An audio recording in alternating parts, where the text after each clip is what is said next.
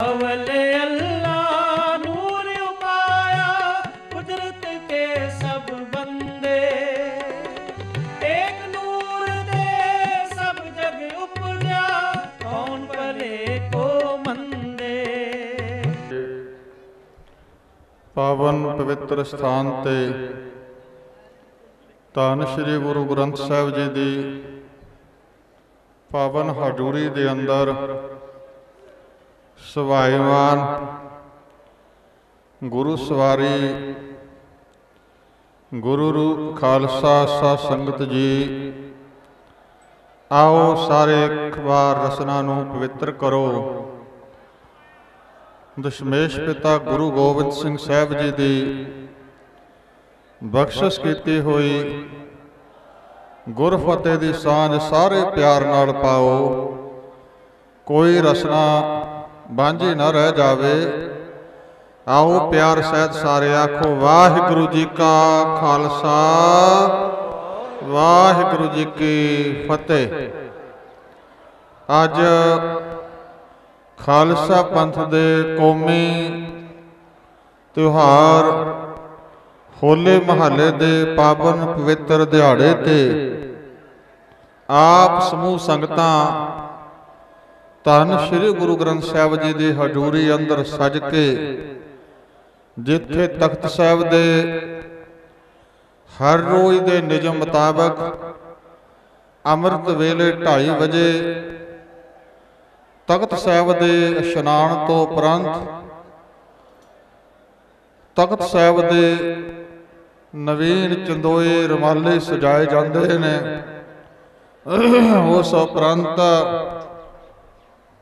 गुरुदेव की कृपा का सदका तख्त साहिब ते नितनेम दियां पावन बाणियां का पाठ, 5 बाणियां के पाठ तो उपरंत श्री आशा जी की वार दे कीर्तन, श्री गुरु ग्रंथ साहिब जी तख्त साहिब ते प्रकाश बान हो करके संगतां नूं दर्शन बख्श के हुक्मनामा बख्शिश करके निवाजिया।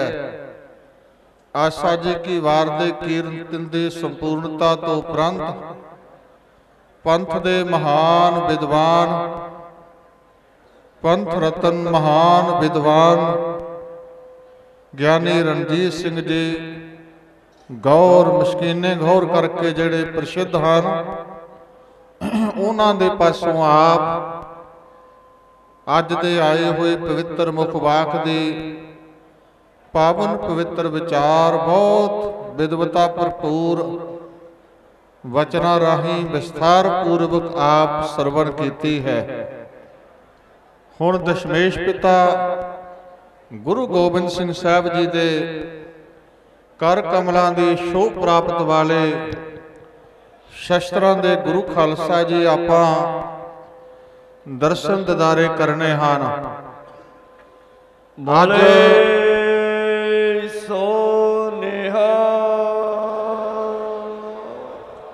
धन दशमेश पिता गुरु गोबिंद सिंह साहिब जी महाराज के बख्शिश का सदका बहुत सत्कारत हस्तियां साडे सिंह साहब ज्ञानी गुरबचन सिंह जी, जथेदार श्री अकाल तख्त साहब, मेरे बहुत सत्कारयोग सिंह साहब ज्ञानी जगतार सिंह जी हैड ग्रंथी सचखंड श्री हरमंदर साहब, ਉਹ ਧੰਨ श्री गुरु ग्रंथ साहिब जी के सन्मुख नतमस्तक हो रहे हैं।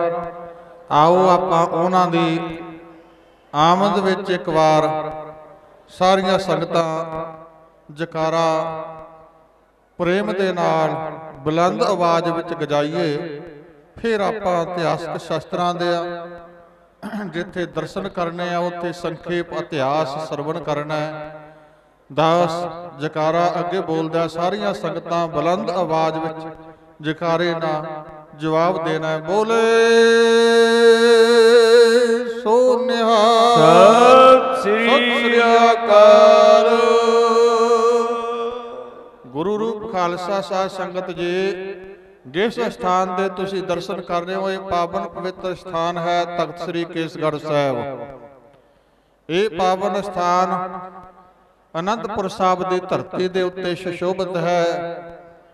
ਧੰਨ ਗੁਰੂ ਤੇਗ ਬਹਾਦਰ ਦੀ ਤਿਲਕ ਜੰਜੂ ਦੇ ਰਾਖੇ ਸਤਿਗੁਰੂ ਪਾਤਸ਼ਾਹ ਨੇ 1665 19 ਜੂਨ ਨੂੰ ਇਹ ਅਨੰਦਪੁਰ ਸਾਹਿਬ ਵਸਾਇਆ। ਪਿਤਾ ਗੁਰੂ ਤੇਗ ਬਹਾਦਰ ਜੀ ਦੇ ਵਸਾਏ ਅਨੰਦਪੁਰ ਸਾਹਿਬ ਦੀ ਸੁਰੱਖਿਆ ਲਈ ਦਸ਼ਮੇਸ਼ ਪਿਤਾ ਗੁਰੂ ਗੋਬਿੰਦ ਸਿੰਘ ਸਾਹਿਬ ਜੀ ਮਹਾਰਾਜ ਨੇ ਅਨੰਦਪੁਰ ਸਾਹਿਬ ਦੀ ਧਰਤੀ ਦੇ ਉੱਤੇ 5 ਕਿਲੇ ਤਿਆਰ ਕੀਤੇ। ਕਿਲਾ ਆਨੰਦਗੜ੍ਹ ਸਾਹਿਬ, ਕਿਲਾ ਲੋਹਗੜ੍ਹ ਸਾਹਿਬ, ਕਿਲਾ ਹੋਲਗੜ੍ਹ ਸਾਹਿਬ, ਕਿਲਾ ਫਤਿਹਗੜ੍ਹ ਸਾਹਿਬ, ਕਿਲਾ ਤਾਰਾਗੜ੍ਹ ਸਾਹਿਬ। ਇਹ 5 ਕਿਲੇ ਦਸ਼ਮੇਸ਼ ਪਿਤਾ ਗੁਰੂ ਗੋਬਿੰਦ ਸਿੰਘ ਸਾਹਿਬ ਜੀ ਨੇ ਜ਼ੁਲਮ ਦਾ ਨਾਸ਼ ਕਰਨ ਲਈ, ਜ਼ਾਲਮਾਂ ਦਾ ਟਾਕਰਾ ਕਰਨ ਲਈ, ਖਾਤਮਾ ਕਰਨ ਲਈ, ਆਨੰਦਪੁਰੀ ਦੀ ਰੱਖਿਆ ਲਈ ਦਸ਼ਮੇਸ਼ ਪਿਤਾ ਨੇ ਬਣਵਾਏ। ਸਤਿਗੁਰੂ ਨੇ ਇਸ ਅਨੰਦਪੁਰ ਸਾਹਿਬ ਦੀ ਧਰਤੀ ਤੇ ਬੜਾ ਲੰਮਾ ਸਮਾਂ ਜੰਗਾਂ ਲੜੀਆਂ। ਗੁਰਦੇਵ ਗੁਰੂ ਗੋਬਿੰਦ ਸਿੰਘ ਸਾਹਿਬ ਜੀ ਮਹਾਰਾਜ ਨੇ ਫਿਰ 1699 ਦੀ ਵਿਸਾਖੀ ਨੂੰ ਕੌਤਕ ਵਰਤਾਇਆ। ਜੋ ਗੁਰਦੇਵ ਗੁਰੂ ਨਾਨਕ ਸੰਸਾਰ ਅੰਦਰ ਪ੍ਰਗਟ ਹੋ ਕੇ ਨਨਕਾਣਾ ਸਾਹਿਬ ਦੀ ਪਾਵਨ ਧਰਤੀ ਦੇ ਉੱਤੇ ਪ੍ਰਕਾਸ਼ਵਾਨ ਹੋ ਕਰਕੇ ਸੰਸਾਰ ਦੇ ਸਮੁੱਚੀ ਮਨੁੱਖਤਾ ਨੂੰ ਸਿੱਖ ਬਣਨ ਲਈ ਹੁਕਮ ਕੀਤਾ ਸੀ। ਜਿਉ ਤੋਂ ਪ੍ਰੇਮ ਖੇਲਣ ਕਾ ਚਾਓ, ਸਿਰ ਧਰ ਤਲੀ ਗਲੀ ਮੇਰੀ ਆਓ। ਹਿਤ ਮਾਰਗ ਪੈਰ ਧਰੀਜੈ, ਸਿਰ ਦੀਜੈ ਕਾਣ ਨਾ ਕੀਜੈ। ਪਹਿਲੇ ਸਰੂਪ ਦੇ ਅੰਦਰ ਕਹੇ ਹੋਏ ਵਚਨਾਂ ਨੂੰ ਮੇਰੇ ਦਸ਼ਮੇਸ਼ ਪਿਤਾ ਗੁਰੂ ਗੋਬਿੰਦ ਸਿੰਘ ਸਾਹਿਬ ਜੀ ਮਹਾਰਾਜ ਨੇ, ਗੁਰੂ ਨਾਨਕ ਨੇ 10 ਜਾਮੇ ਧਾਰੇ। ਸੰਪੂਰਨਤਾ ਦੇਣ ਲਈ ਸਿੱਖੀ ਸਰੂਪ ਨੂੰ 10ਵੇਂ ਜਾਮੇ ਦੇ ਅੰਦਰ ਫਿਰ 1699 ਦੀ ਵਿਸਾਖੀ ਨੂੰ ਇੱਥੇ ਤਖਤ ਸਾਹਿਬ ਤੋਂ ਹਜੂਰ ਨੇ ਸੁਸ਼ੋਭਿਤ ਹੋ ਕਰਕੇ ਤਖਤ ਸ੍ਰੀ ਕੇਸਗੜ੍ਹ ਦੇ ਅਸਥਾਨ ਤੋਂ ਦੇਸ਼ ਵਿਦੇਸ਼ ਵਿੱਚ ਜਿੱਥੇ ਸੰਗਤਾਂ ਬੈਠੀਆਂ ਸਨ ਹੁਕਮਨਾਮੇ ਭੇਜ ਕੇ ਬਹੁਤ ਵੱਡਾ ਇੱਥੇ ਇੱਕ ਵਿਸ਼ਾਲ ਇਕੱਠ ਕੀਤਾ, ਜਿਹਦਾ ਜ਼ਿਕਰ ਇਤਿਹਾਸ ਨੇ ਕੀਤਾ ਹੈ। ਚਹੋਂ ਦਿਸਨ ਤੇ ਗੁਰੂ ਹਕਾਰੇ, ਪਠੇ ਹੁਕਮਨਾਮੇ ਲਿਖ ਸਾਰੇ। ਚੇਤ ਮਾਸ ਮੈਂ ਮੋਹੇ ਢਿਗ ਆਵਹੋਂ, ਬਸੋਹੇ ਕਾ ਮੇਲਾ ਬੜ ਲਾਵੋਂ। ਉਹਨਾਂ ਸਮਿਆਂ ਦੇ ਅੰਦਰ ਆਉਣ ਜਾਣ ਲਈ ਆ ਸਾਧਨ ਨਹੀਂ ਸਨ। ਇਹ ਨਹੀਂ ਸੀ ਵੀ ਅੱਜ ਸੱਦੇ ਆ ਤਾਂ ਰਾਤ ਨੂੰ ਹੀ ਇੱਥੇ ਚੱਲ ਕੇ ਸੰਗਤਾਂ ਪਹੁੰਚ ਜਾਣਗੀਆਂ। ਅੱਜ ਤਾਂ ਭਾਵੇਂ ਵਿਦੇਸ਼ਾਂ 'ਚ ਜਾਣਾ ਹੋਵੇ, ਮਨੁੱਖ ਬਹੁਤ ਸਾਧਨ ਐਸੇ ਪੈਦਾ ਹੋ ਗਏ ਹਨ। ਉਦੋਂ ਕਈ ਸੰਗਤਾਂ ਤੁਰ ਕੇ ਆਉਂਦੀਆਂ, ਕੋਈ ਗੱਡਿਆਂ ਤੇ ਆਉਂਦੇ, ਕੋਈ ਰਥਾਂ ਤੇ ਆਉਂਦੇ, ਕੋਈ ਵਿਰਲੇ ਘੋੜਿਆਂ ਤੇ ਆਉਂਦੇ। ਗੁਰੂ ਕੇ ਸਿੱਖ ਮਹੀਨਿਆਂ ਵੱਧੀ ਪੈਦਲ ਚੱਲ ਕੇ ਆਉਣਾ ਪੈਂਦਾ। ਮੇਰੇ ਸਤਿਗੁਰੂ ਨੇ ਹੁਕਮ ਕੀਤਾ ਵਿਸਾਖੀ ਦਾ ਜੋੜ ਮੇਲਾ ਲਵਾਉਣਾ ਖਾਲਸਾ ਜੀ, ਕਿਤੇ ਇਹ ਨਾ ਹੋਵੇ ਤੁਸੀਂ ਵਿਸਾਖੀ ਨਿਘਾ ਕੇ ਆਵੋ। ਹਜੂਰ ਕਹਿਣ ਲੱਗੇ ਚੇਤ ਮਾਸ ਮੈਂ ਮੋਹਿ ਢਿਗਾਵੋ। ਚੇਤ ਦੇ ਮਹੀਨੇ ਦੇ ਰਹਿੰਦੇ ਦਿਨਾਂ ਵਿੱਚ ਅਨੰਦਪੁਰ ਸਾਹਿਬ ਪਹੁੰਚਣਾ ਹੈ। ਸਤਿਗੁਰੂ ਦੇ ਹੁਕਮਨਾਮੇ ਥਾਂ ਥਾਂ ਗੁਰੂ ਕੇ ਸਿੱਖ ਸੰਗਤਾਂ ਕੋਲ ਪਹੁੰਚੇ ਹਨ। ਸਤਿਗੁਰੂ ਦਾ ਹੁਕਮ ਸੁਣ ਕੇ ਸਿੱਖਾਂ ਨੇ ਸਿਰ ਝੁਕਾਇਆ। ਜਥਾ ਸਖਤ ਕਰ ਲੀਨ ਅਕੋਰ, ਸੁਣ ਸੁਣ ਹੁਕਮ ਚੱਲੇ ਗੁਰ ਔਰ। ਆਨ ਅਨੰਦਪੁਰ ਮੇਲਾ ਭਇਓ, ਸ੍ਰੀ ਕਲਗੀਧਰ ਕੋ ਦਰਸ਼ਨ ਕਇਓ। ਇੱਥੇ ਬਹੁਤ ਵੱਡਾ ਇਕੱਠ ਹੋਇਆ। ਵਿਦਵਾਨਾਂ ਦੇ ਕਥਨ ਮੁਤਾਬਕ 80,000 ਦੀ ਇਕੱਤਰਤਾ, 80,000 ਦਾ ਇਕੱਠ ਇਸ ਅਨੰਦਪੁਰ ਸਾਹਿਬ ਦੀ ਧਰਤੀ ਤੇ ਉਸ ਵੇਲੇ ਹੋਇਆ। ਦਸ਼ਮੇਸ਼ ਪਿਤਾ ਨੇ ਇਸ ਤਖਤ ਸਾਹਿਬ ਦੇ ਪਾਵਨ ਸਥਾਨ ਤੇ ਬਹੁਤ ਸੁੰਦਰ ਇੱਕ ਚੰਦੋਆ ਤੰਬੂ ਤਾਣਿਆ, ਜਿਹਦਾ ਜ਼ਿਕਰ ਇਤਿਹਾਸ ਨੇ ਕੀਤਾ। ਪੁਣ ਤੰਬੂ ਇੱਕ ਰੁਚਰ ਲਗਾਇਓ, ਬਹੁਤ ਦਰਬ ਜਿਸ ਉੱਪਰ ਲਾਇਓ। 2.5 ਲੱਖ ਕੀ ਕੀਮਤ ਵਾਰੋ, ਨਾਹੇ ਸਮਾਨ ਜਾਹੇ ਜਗ ਸਾਰੋ। ਉਸ ਸਮੇਂ ਦੇ ਹਿੰਦੁਸਤਾਨ ਦੇ ਬਾਦਸ਼ਾਹ ਕੋਲ ਵੀ ਐਸਾ ਤੰਬੂ ਨਹੀਂ ਸੀਗਾ। ਐਡਾ ਬੜਮੁੱਲਾ ਕੀਮਤੀ ਉਸ ਸਮੇਂ 2.5 ਲੱਖ ਦੀ ਕੀਮਤ। ਅੱਜ ਦੇ ਸਮੇਂ ਦੇ ਵਿੱਚ ਵੀ ਅਸੀਂ ਜੇ ਕਰ ਲਈਏ ਕੋਈ ਕੀਮਤੀ ਤੇ ਉਹ ਕੀਮਤੀ ਕਿਸੇ ਰਾਜੇ ਮਹਾਰਾਜੇ ਦੇ ਮਹਿਲ ਵੀ ਇੰਨੇ ਕੀਮਤੀ ਨਹੀਂ ਬਣ ਸਕਦੇ ਹਨ। ਜਿਹੜਾ ਮੇਰੇ ਦਸ਼ਮੇਸ਼ ਪਿਤਾ ਦਾ ਉਸ ਵੇਲੇ ਹੀਰਿਆਂ ਨਾਲ, ਰਤਨਾਂ ਨਾਲ, ਤਿੱਲੇ ਦੀ ਕਢਾਈ ਦੇ ਨਾਲ ਬਣਿਆ ਹੋਇਆ ਸੁੰਦਰ ਜੋ ਗੁਰੂ ਕੇ ਸਿੱਖਾਂ ਨੇ, ਕਾਬਲ ਦੀ ਸੰਗਤ ਨੇ ਹਜੂਰ ਨੂੰ ਤੰਬੂ ਭੇਟਾ ਕੀਤਾ ਸੀ, ਉਹ ਇੱਥੇ ਤਾਣਿਆ। ਗੁਰੂ ਪਿਆਰੀ ਸੰਗਤ ਜੀ, ਹਜੂਰ ਨੇ ਕਨਾਤਾਂ ਲਗਾਈਆਂ। ਅੰਮ੍ਰਿਤ ਵੇਲੇ ਦੇ ਦੀਵਾਨ ਸਜੇ। ਆਸਾ ਜੀ ਕੀ ਵਾਰ ਦੇ ਕੀਰਤਨ ਦੀ ਸੰਪੂਰਨਤਾ ਤੋਂ ਬਾਅਦ ਹੁਣ ਮੇਰੇ ਦਸ਼ਮੇਸ਼ ਪਿਤਾ ਗੁਰੂ ਗੋਬਿੰਦ ਸਿੰਘ ਸਾਹਿਬ ਜੀ ਸਮੁੱਚੇ ਇਕੱਠ ਨੂੰ ਸੰਬੋਧਨ ਹੋ ਕੇ ਮਿਆਨ ਦੇ ਵਿੱਚੋਂ ਸ੍ਰੀ ਸਾਹਿਬ ਕੱਢ ਕੇ ਉਸ ਵੇਲੇ ਜਿਹੜੇ ਵਚਨ ਕਹੇ ਸਨ ਉਹ ਇਤਿਹਾਸ ਦੇ ਅੰਦਰ ਅੰਕਿਤ ਹਨ। ਖੜਗ ਖੈਂਚ ਕਰ ਲੀਨ ਸੋ ਚਮਕਤ, ਠਹਿਰ ਦਮਾਨੋ ਦਮਨੀ ਦਮਕਤ। ਹਜੂਰ ਦੀ ਜਿਹੜੀ ਸ੍ਰੀ ਸਾਹਿਬ ਸੀ, ਇਤਿਹਾਸ ਦੇ ਬੋਲ ਨੇ ਵੀ ਆਕਾਸ਼ੀ ਬਿਜਲੀ ਨਾਲੋਂ ਵੀ ਵੱਧ ਤੇਜ਼ ਚਮਕ ਵਾਲੀ ਉਹ ਸ੍ਰੀ ਸਾਹਿਬ ਸੀ। ਹਜੂਰ ਦੇ ਜਿਹੜੇ ਬੋਲ ਸਨ ਉਹ ਬੱਦਲ ਦੀ ਤਰ੍ਹਾਂ ਗਹਿਰਾਈ ਵਾਲੇ, ਘਨ ਸੁਰ ਸਮ ਬੋਲੇ ਗੁਣ ਖਾਨੀ, ਸਭ ਸੰਗਤ ਗੁਰ ਪ੍ਰਿਆ ਮਹਾਨੀ।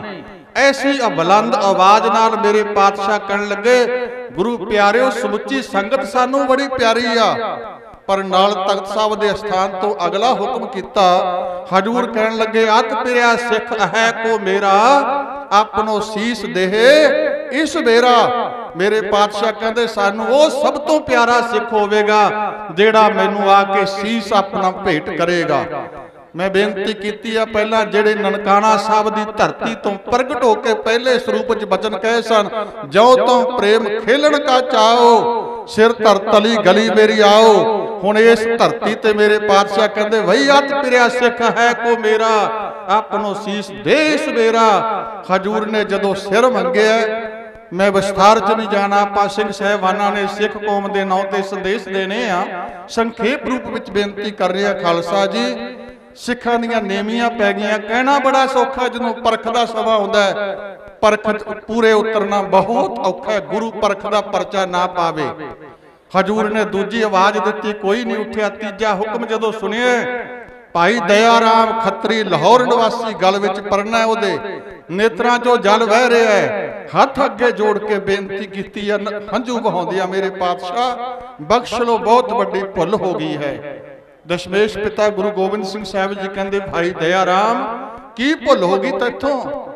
ਕਹਿਣ ਲੱਗਿਆ, ਪਾਤਸ਼ਾਹ ਹੋਰਾਂ ਧਰਮਾਂ ਵਾਂਗ ਸਿੱਖ ਧਰਮ ਦੇ ਅੰਦਰ ਕੋਈ ਲਾਲਚ ਦੇ ਕੇ ਸਿੱਖ ਨਹੀਂ ਬਣਾਇਆ ਜਾਂਦਾ। ਬੜੇ ਲਾਲਚ ਦਿੱਤੇ ਜਾਂਦੇ ਨੇ ਅਨੇਕਾਂ ਧਰਮਾਂ ਦੇ ਅੰਦਰ, ਇੱਥੋਂ ਤੱਕ ਕਿ ਕਈ ਲੋਕ ਇੱਥੋਂ ਤੱਕ ਗਿਰ ਗਏ ਨੇ, ਉਹ ਸਬਜ਼ੀਆਂ ਦੇ ਲਾਲਚ ਵਿੱਚ ਵੀ ਆਪਣਾ ਜਨਮ ਗਵਾਈ ਜਾ ਰਹੇ ਨੇ। ਪਖੰਡੀ ਅਖੌਤੀ ਗੁਰੂਆਂ ਦੇ ਅੱਗੇ ਗੋਡੇ ਟੇਕਦੇ ਫਿਰਦੇ ਹਨ। ਭਾਈ ਦਇਆ ਰਾਮ ਕਹਿਣ ਲੱਗਿਆ, ਪਾਤਸ਼ਾਹ ਗੁਰੂ ਨਾਨਕ ਦਾ ਘਰ ਤਾਂ ਹੈ, ਤੁਸਾਂ ਤਾਂ ਸਿੱਖ ਨੂੰ ਕਿਹਾ ਸੀ, ਜੋ ਤੋਂ ਪ੍ਰੇਮ ਖੇਲਣ ਕਾ ਚਾਓ, ਸਿਰ ਧਰ ਤਲੀ ਗਲੀ ਮੇਰੀ ਆਓ। ਤੁਸਾਂ ਨੇ ਤਾਂ ਤੀਜੇ ਸਰੂਪ ਚ ਕਿਹਾ, ਤਾਨ ਮਾਨ ਧਾਨ ਸਭ ਸੌਂਪ ਗੁਰ ਕੋ, ਹੁਕਮ ਮੰਨਿਆ ਪਾਈ ਹੈ। ਮੇਰੇ ਪਾਤਸ਼ਾਹ ਸਿੱਖ ਦਾ ਤਾਂ ਆਪਣਾ ਹੈ ਹੀ ਕੁਝ ਨਹੀਂ, ਸਿਰ ਤਾਂ ਉਸ ਦਿਨ ਤੋਂ ਤੁਹਾਡਾ ਸੀ ਜਿਸ ਦਿਨ ਤੋਂ ਤੁਹਾਡੀ ਸ਼ਰਨ ਚ ਆਇਆ। ਵੱਡੀ ਭੁੱਲ ਹੋਈ ਆ ਜੋ ਪਹਿਲਾ ਹੁਕਮ ਸੁਣ ਕੇ ਤੁਹਾਡੇ ਸਨਮੁਖ ਹਾਜ਼ਰ ਨਹੀਂ ਹੋਏ। ਸੀਸ ਹਾਜ਼ਰ ਹੈ, ਪ੍ਰਵਾਨ ਕਰੋ। ਗੁਰਦੇਵ ਡੋਲੇ ਤੋਂ ਪਕੜ ਕੇ ਤੰਬੂ ਵਿੱਚ ਲੱਗੀ ਵੱਖਰੀ ਕਨਾਤ ਚ ਲੈ ਕੇ ਗਏ, ਭਾਣਾ ਵਰਤਾਇਆ। ਹਜੂਰ ਭਾਣਾ ਵਰਤਾ ਕੇ ਸੀਸ ਕੱਟ ਕੇ ਧੜ ਨਾਲੋਂ ਵੱਖਰਾ ਕਰਕੇ ਲਹੂ ਭਿੱਜੀ ਤਲਵਾਰ ਲੈ ਕੇ ਹਜੂਰ ਨੇ ਉੱਚੀ ਧੁਨ ਗੁਰਦੇਵ ਉਚਾਰਾ, ਔਰ ਸਿਰ ਦੇ ਕੋ ਸਿੱਖ ਪਿਆਰਾ। ਮਾਰੇ ਕਹਿੰਦੇ, ਭਾਈ ਇੱਕ ਗੱਲ, ਇੱਕ ਸਿਰ ਨਾਲ ਗੱਲ ਨਹੀਂ ਬਣਨੀ ਹੈ, ਹੁਣ ਦੂਸਰੇ ਸਿਰ ਦੀ ਵੀ ਲੋੜ ਹੈ, ਦੂਜਾ ਸਿੱਖ ਉੱਠੋ ਕੋਈ। ਪਹਿਲਾਂ ਤਾਂ ਕਈਆਂ ਦੇ ਮਨ ਦੇ ਅੰਦਰ ਖਿਆਲ ਸੀ ਵੀ ਖਬਣੀ ਉਦਾਂ ਹੀ ਹਜੂਰ ਕੌਤਕ ਵਰਤਾ ਰਹੇ ਨੇ। ਹੁਣ ਸਾਹਮਣੇ ਲਹੂ ਭਿੱਜੀ ਤਲਵਾਰ ਵੇਖੀ ਆ, ਖੂਨ ਦਾ ਬਹਿੰਦਾ ਅੰਦਰੋਂ ਤੰਬੂ ਚੋਂ ਦੇਖਿਆ ਹੈ ਵੀ ਭਾਣਾ ਵਰਤਾਇਆ ਗੁਰਦੇਵ ਨੇ। ਫਿਰ ਤਾਂ ਇਤਿਹਾਸ ਦੱਸਦਾ, ਕਈ ਤਾਂ ਗੁਰਦੇਵ ਦੀ ਨਜ਼ਰ ਤੋਂ ਬਚਾ ਕੇ ਪਿੱਛੇ ਨੂੰ ਦੌੜਨ ਲੱਗੇ। ਕੋਈ ਮਾਤਾ ਜੀ ਕੋਲ ਜਾ ਕੇ ਕੁਝ ਕਹਿੰਦਾ, ਮੈਂ ਉਸ ਪਾਸੇ ਵੱਲ ਨਾ ਵਧਾਂ। ਆਖਰ ਤੀਜਾ ਹੁਕਮ ਸੁਣ ਕੇ ਫਿਰ ਭਾਈ ਧਰਮਚੰਦ ਜੀ, ਜੱਟ ਜਾਤੀ ਵਿੱਚੋਂ ਹਸਤਨਾਪੁਰੀ ਦੇ ਰਹਿਣ ਵਾਲੇ, ਉਹ ਸਤਿਗੁਰੂ ਦੇ ਸਨਮੁਖ ਹਾਜ਼ਰ ਹੋਏ ਹਨ। ਗੁਰੂ ਪਿਆਰਿਓ, ਸਤਿਗੁਰੂ ਜੀ ਨੇ ਬਾਰ-ਬਾਰ ਇਸ ਤਰ੍ਹਾਂ 5 ਸਿੱਖਾਂ ਦੇ ਸੀਸ ਲਏ ਹਨ। ਦਇਆ ਰਾਮ ਖੱਤਰੀ ਇੱਕ ਜਾਤੀ, ਧਰਮਚੰਦ ਵਰ ਜੱਟ ਵਖਿਆਤੀ, ਤੀਸਰੋ ਹਿੰਮਤ ਚੰਦ ਕੁਹਾਰੈ, ਚਤਰਤ ਮੋਹਕਮ ਚੰਦ ਉਚਾਰੈ, ਪੰਚਮੋ ਸਾਹਿਬ ਚੰਦ ਗਨੀਪਾ। ਇਹ ਗੁਰੂ ਕੇ 5 ਲਾਲ ਗੁਰੂ ਦੇ ਅੱਗੇ ਸਨਮੁਖ ਸੀਸ ਹਾਜ਼ਰ ਪੰਜਾਂ ਨੇ ਕੀਤੇ ਨੇ ਵਾਰੀ-ਵਾਰੀ। ਮੇਰੇ ਗੁਰਦੇਵ ਨੇ ਪੰਜਾਂ ਨੂੰ ਜੀਵਨ ਦਾਨ ਬਖਸ਼ਿਆ ਹੈ, 5 ਕਕਾਰੀ ਰਹਿਤ ਪਹਿਨਾਈ ਹੈ। ਸਤਿਗੁਰੂ ਪਾਤਸ਼ਾਹ ਨੇ ਫਿਰ ਸਵਸ ਜਲ ਮੰਗਾ ਕਰਕੇ ਸਤਲੁਜ ਦੇ ਵਿੱਚੋਂ ਸਰਬਲੋਹ ਦੇ ਬਾਟੇ ਦੇ ਅੰਦਰ ਪਾ ਕਰਕੇ ਚੋਜੀ ਪ੍ਰੀਤਮ ਨੇ ਵੀਰ ਆਸਣ ਬੈਠ ਕੇ ਸਤਿਗੁਰੂ ਨੇ 5 ਬਾਣੀਆਂ ਦਾ ਪਾਠ ਕਰਕੇ ਅੰਮ੍ਰਿਤ ਦਾ ਵਾਟਾ ਤਿਆਰ ਕੀਤਾ। जपजियो जाप जी को दसहूं सवैये पुन चौपी अलायक है, आनंद उचार अरदास करके सुधार, अंमृत त्यार गुर ऐस विद कीनू है। कि विधि तैयार कर दी दशमेश पिता ने। अज भी उसे विधि अनुसार तख्त साहिबाना दे उत्ते अंमृत तैयार किया जाता है। श्री अकाल तख्त साहिब भी, तख्त श्री केसगढ़ साहब की पावन धरती, तख्त श्री दमदमा साहब समूह तख्तां ते गुरु खालसा जी इत्थे हर बुधवार, हर ऐतवार, हर संगरांद नूं अंमृत का बाटा तैयार होंदा है। आ होला महला इस बार 1 तरीक तो शुरू होया है। 1 तरीक तो लैके हर रोज 12 बजे अंमृत का बाटा पंज प्यारे तख्त साहब दे, तख्त साहब की उपरली मंजिल उपर तैयार करते हैं। ये 8 तरीक तक अंमृत का बाटा तैयार होना, नहीं तो 6 तरीक नूं होले महल्ले की समाप्ति आ, पर 8 तरीक नूं ऐतवार आ गया है। कई बारी होले महल्ले तो दूजे दिन भी अंमृत विलासी आ जाते हैं। फिर फैसला किया गया सिंह साहिबान, पंज प्यारे हेड ग्रंथी साहब नाल सारिਆਂ ने भी 8 तरीक तक हर रोज ही अंमृत का बाटा तैयार होगा। इत्थों कोई नगुरा न चलिया जाए। धन दशमेश पिता ने फिर अंमृत का वाटा तैयार करके अरदास करके उन्हां पंजां नूं हजूर ने कल्ले कल्ले नूं सन्मुख बिठा के पान जोर कर अमी पियावै, बोल वाहिगुरु मुखों कहावै। जिवें अज भी अमर छकावन वेले पंज प्यारे अंमृत का चूला अंमृत विलासी दे बुक च पा के कहणगे, बोल वाहिगुरु जी का खालसा वाहिगुरु जी की फतेह। मेरे दशमेश पिता ने इस तरह अमर छकाया है। पंजां नूं अमर छका के मूर मंत्र गुर मंत्र दृढ़ करा के रह दस के उन्हां नूं फिर दया राम तो प्यारे दया सिंह, प्यारे धर्म सिंह, प्यारे हिम्मत सिंह, प्यारे मोहकम सिंह, प्यारे साहिब सिंह, इन्हां नामां दे नाल सतगुरु ने सन्मानिया है। पंजां नूं निवाज के फिर हजूर पंजां दे अगे हाथ जोड़ के खलो गए। हजूर कहंदे भाई दया सिंह, जिवें तुहानूं दया राम तो दया सिंह बनाया है, हुण मेरे ते भी तरस करो, मैनूं भी गुरु गोबिंद राय तो अमृत छका के तुसीं गुरु गोबिंद सिंह बना दिओ।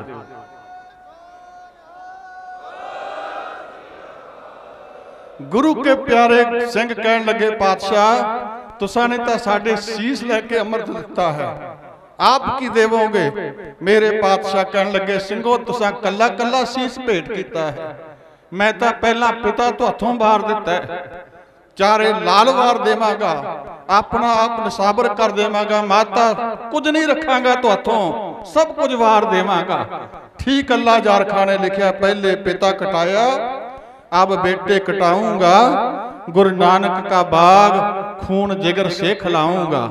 मेरे पातशाह ने कला कहा नहीं, गुरु खालसा जी दो सरहंद दियां नीहां च चनाले लाल, दो चमकौर दी गढ़ी दे अंदर अपने हथी आप 10 लाख दे घेरे दे अंदर भेज रहे ने। आपां सारे परिवारां वाले बैठे हैं ना, सिंह साहब ज्ञानी गुरमुख सिंह जी जथेदार तख्त श्री दमदमा साहब वो आए ने। एक जकारा उन्हां दी आमद दी खुशी विच भी सारियां संगतां, तख्त साहब दा सन्मान है गुरु प्यारे तख्त दे सेवादारां दा, सारियां संगतां जकारा छड्डो, बोले सो निहाल। दशमेश पिता गुरु गोबिंद सिंह साहब जी ने चमकौर दी गढ़ी दे अंदर 2 लाल अपने हथी भेजे ने। आपां परिवारां वाले बैठे, मैं बेनती करदा, मैं वेख्या घरां च आपां पिंडां च रहण वाले आ, कदे घर दे पिछे कोई गली दे अंदर महल्ले च कोई लड़ाई हो जाए, मां बाप अपने पुत्रां नूं मैं घरां नूं खिचदे वेखे गए ने भी किते मेरे बच्चे दे चोट ना लग जावे। धन आ सरबंस सरदारनी गुरु गोबिंद सिंह जिन्हें 5 प्यारिਆਂ दे नाल वचन कीता सी, मैं कुछ नहीं रखांगा।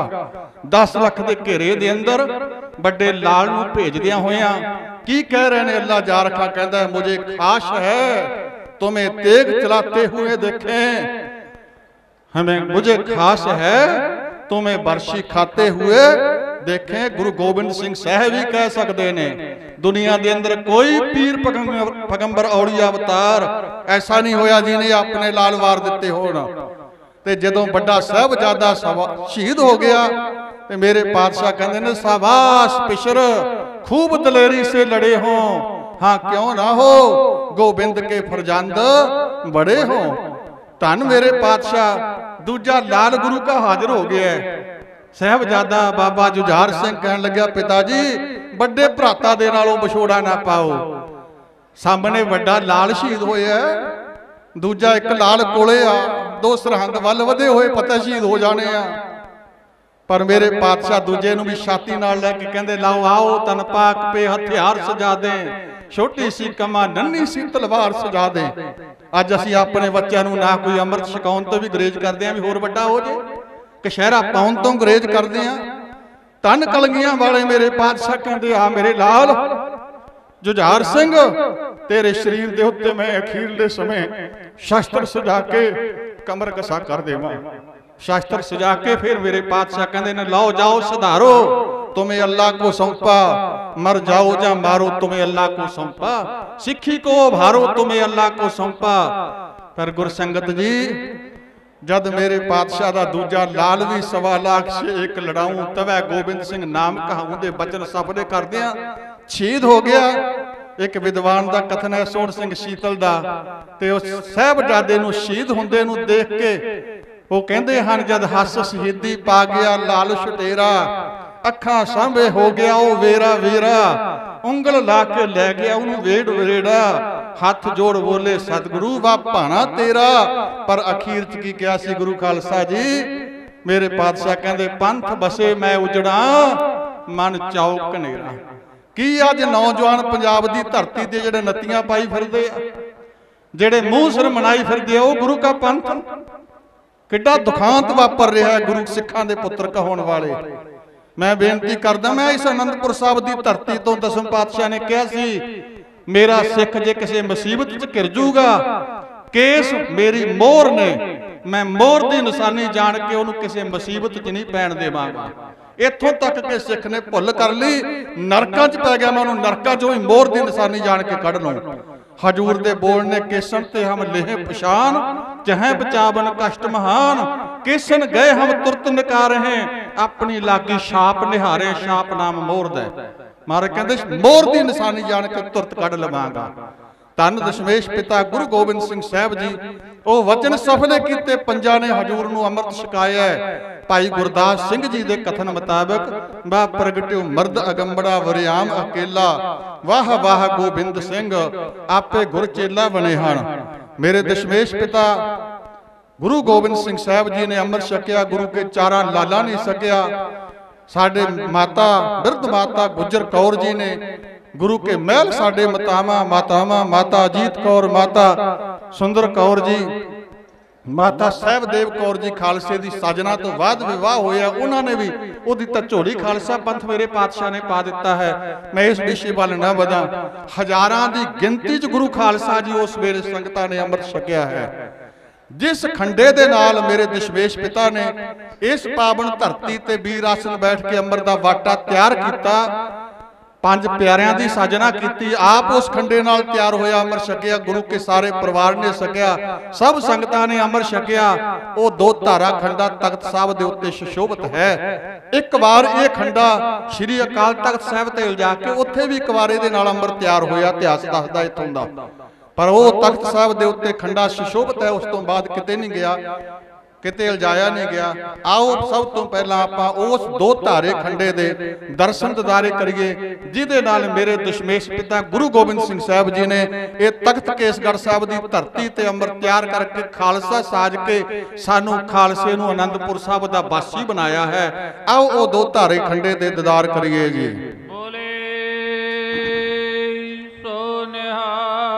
सत श्री अकाल। सज्जे हस्त कमल अंदर जिस 2 धारे खंडे दे तुसी खालसा जी दर्शन कर रहे हो, ये 2 धारा खंडा है जिहदे नाल दशमेश पिता ने 1699 की विसाखी नूं अमृत दा वाटा तैयार करके 5 प्यारिਆਂ नूं निवाजिया ते समुचे बेअंत हजारों नूं अमृत छकाया सी। वो 2 धारा खंडा है। खब्बे हस्त कमल अंदर जिस शस्त्र दे तुसी दर्शन कर रहे हो, इहदा नाम है कटार। हजूर दे कमर कसे दा ये शस्त्र है। सतगुरु ने किन्ने जंग लड़े हन, दुश्मनां दे अपने बचाव वास्ते शरीर ते तारां दा बनया वस्त्र संजो पहनी हुंदी। जिस दुश्मन दा गुरु जी अंत करना चाहुंदे, हथों हत्थी जंग दे अंदर मेरे पातशाह कमर कसे चों कढ के म्यान दे विचों कटार जीते बार कर दिंदे। हजूर दा पहले बार नाल दुश्मन दा अंत हो जांदा सी। हजूर दा बार कदे खाली नहीं सी जांदा। ये हजूर दे कमर कसे दा शस्त्र कटार है ते 2 धारा खंडा जिसदे आप दर्शन दीदारे खालसा जी कीते हन। बोले सो निहाल। सत श्री अकाल। जे शास्त्र दे तुसीं दर्शन कर रहे हो, इहदा नाम है नागनी वरसा।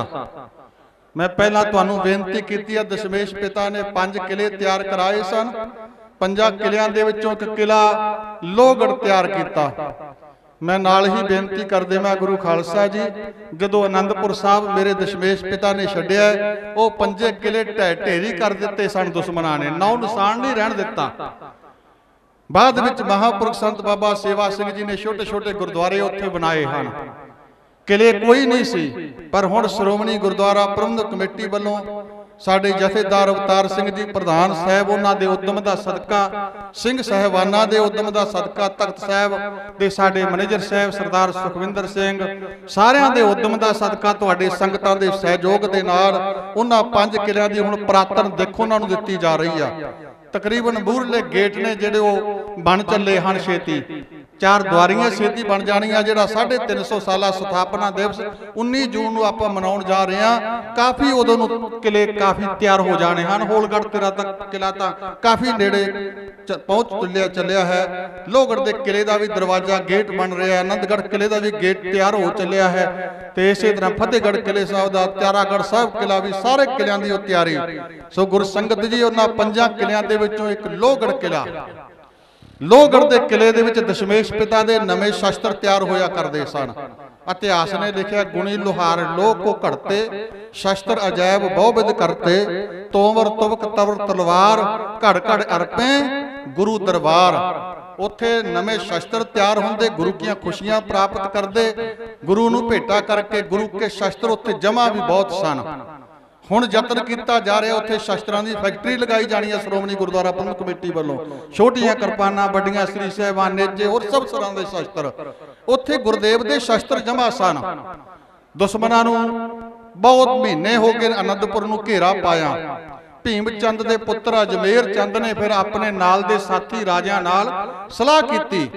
अजमेर चंद कहन लग्या नाल दे राजियां नूं, कहंदा तुसीं मेरा कहा मनो, आपां सब तो पहले लोहगढ़ के किले दे उत्ते काबज हो जाइए। नाल दे राजे कहन लगे किद्दां काबज हो जाइए, कई महीने हो गए जतन करदिआं नूं काबज नहीं हो सके। अजमेर चंद कहंदा मेरे कोल खूनी हाथी है, ਉਹਦੇ ਮੱਥੇ ਦੇ ਉੱਤੇ ਕਹਿੰਦਾ ਫਲਾਦੀ ਲੋਹੇ ਦੀਆਂ ਤਵੀਆਂ ਬੰਨਾਂਗੇ, ਉਹਨੂੰ ਸ਼ਰਾਬ ਪਿਲਾਵਾਂਗੇ, ਉਹਦੇ ਸੁੰਡ ਨਾਲ ਤਲਵਾਰ ਬੰਨਾਂਗਾ, ਮੂਰੇ ਹਾਥੀ ਨੂੰ ਲਾਵਾਂਗੇ। ਜੋ ਲੋਹਗੜ੍ਹ ਦੇ ਕਿਲੇ ਦੇ ਦਰਵਾਜ਼ੇ ਬੜੇ ਮਜ਼ਬੂਤ ਨੇ, ਹਾਥੀ ਟੱਕਰ ਮਾਰ ਕੇ ਲੋਹਗੜ੍ਹ ਦੇ ਕਿਲੇ ਦੇ ਦਰਵਾਜ਼ੇ ਤੋੜ ਦੇਵੇਗਾ। ਫੌਜਾਂ ਸਮੇਤ ਆਪਾਂ ਲੋਹਗੜ੍ਹ ਦੇ ਕਿਲੇ 'ਚ ਕਾਬਜ ਹੋ ਜਾਾਂਗੇ, ਗੁਰੂ ਕੇ ਸ਼ਸਤਰਾਂ ਤੇ ਆਪਣਾ ਕਬਜ਼ਾ ਹੋ ਜੂ। ਨਿਹੱਥਾ ਗੁਰੂ ਨਿਹੱਥੇ ਸਿੰਘ ਕਿੰਨਾ ਕੁ ਚਿਰ ਆਪਣਾ ਟਾਕਰਾ ਕਰਨਗੇ। ਸਾਰਿਆਂ ਨੇ ਉਸੇ ਵੇਲੇ ਬੜੀ ਖੁਸ਼ੀ ਮਨਾਈ, ਕਹਿੰਦੇ ਵੀ ਰਹਿ ਤਾਂ ਬੜੀ ਚੰਗੀ ਹੈ। ਤਾਂ सलांघा की सारिਆਂ ने भी कल नूं आपां खूनी हाथी दे नाल लोहगढ़ दे किले दे उत्ते हमला करना है। सूइयां ने आके गुरु जी दे कोल खबर दित्ती आ। विचों सिंह गुरु के कहन लगे पातशाह दुश्मन हाथी नाल चढ़ाई करने की तैयारी च ने की हुक्म आ। मेरे पातशाह कहंदे सिंघो क्यों घबराउंदे हो, गुरु घर दा हाथी दुनी चंद दुश्मनां दे हाथी दा मुकाबला करेगा। मैं संखेप बेनती करा, इतिहास बहुत लंबेरा जिक्र है। दुनी चंद घबरा गया, किते किसे सिंघां कोल जांदा, किते किधरे। सियाने सिंघां ने बड़ा समझाया, पर कर्म ऐसे मसंद दे घबरा गया। कुछ साथी नाल तैयार कर ले, सगों रात नूं किले दी दीवार टप्पनी शुरू कर दी। साथी उतर गए। जदों लज फड़ के दुनी चंद थले उतरन लग्या, शरीर भारी सी, लज टुट गई ते थले नूं डिगदियां लत्तां टुट गईयां। नाल दे साथियां ने चुक के लिजा के उहदे पिंड मजीठे छड्ड दिता है। कुछ दिन ही बचे है। रात नूं जदों उठन लग्या, काले नाग ने सर्प ने ऐसा डंग मारिया, दुनी चंद की थाएं मौत हो गई। सियाणियां दी कहावत है, मूसा भज्जा मौत तो मौत अगे खड़ी। पर जदों दूसरे दिन इत्थे होया, दुश्मन तैयारी करके हाथी लैके आउण दी तैयारी च ने, ते सिंघां नूं पता लग्या दुनी चंद तां पत्तरे वाह गया। सिंह कहण लगे मेरे पातशाह गुरु घर दा हाथी तां है कोई नहीं, रात नूं पत्तरे वाह गया, हुण की हुक्म आ। चोजी प्रीतम गुरु गोबिंद सिंह साहब जी मुस्कुरा के कहण लगे सिंघो हाथी दा हाथी नहीं मुकाबला करया करदा। जंगल दे अंदर तुसीं देखो एक शेर होवे, जदों शेर गजदा भबक मारदा तां 1 2 4 जां सैकड़े हाथी नहीं, हजारां हाथियां दीयां चीकां निकल जांदियां। दुश्मनां दा जिहड़ा हाथी आ रहा है ओहदा टाकरा करेगा गुरु घर दा बबर शेर भाई बचेतर सिंह जी। कवि संतोख सिंह जी लिखते ने गुरु प्रताप सूरज ग्रंथ के अंदर कहते सुन बचित्र सिंह भयो प्रफुल्लत तब दोनों कर बंदे चेहरे ते लाली छा गई। कद तां मदरा जासी बाबा बचित्र सिंह दा, पर चाह चढ़ गया डोले फर के भी मेरे दशमेश पिता गुरु गोबिंद सिंह साहब जी मेरे ते बख्शिश करन लगे ने। मत्था टेकिया पातशाह तुसी करना कराने।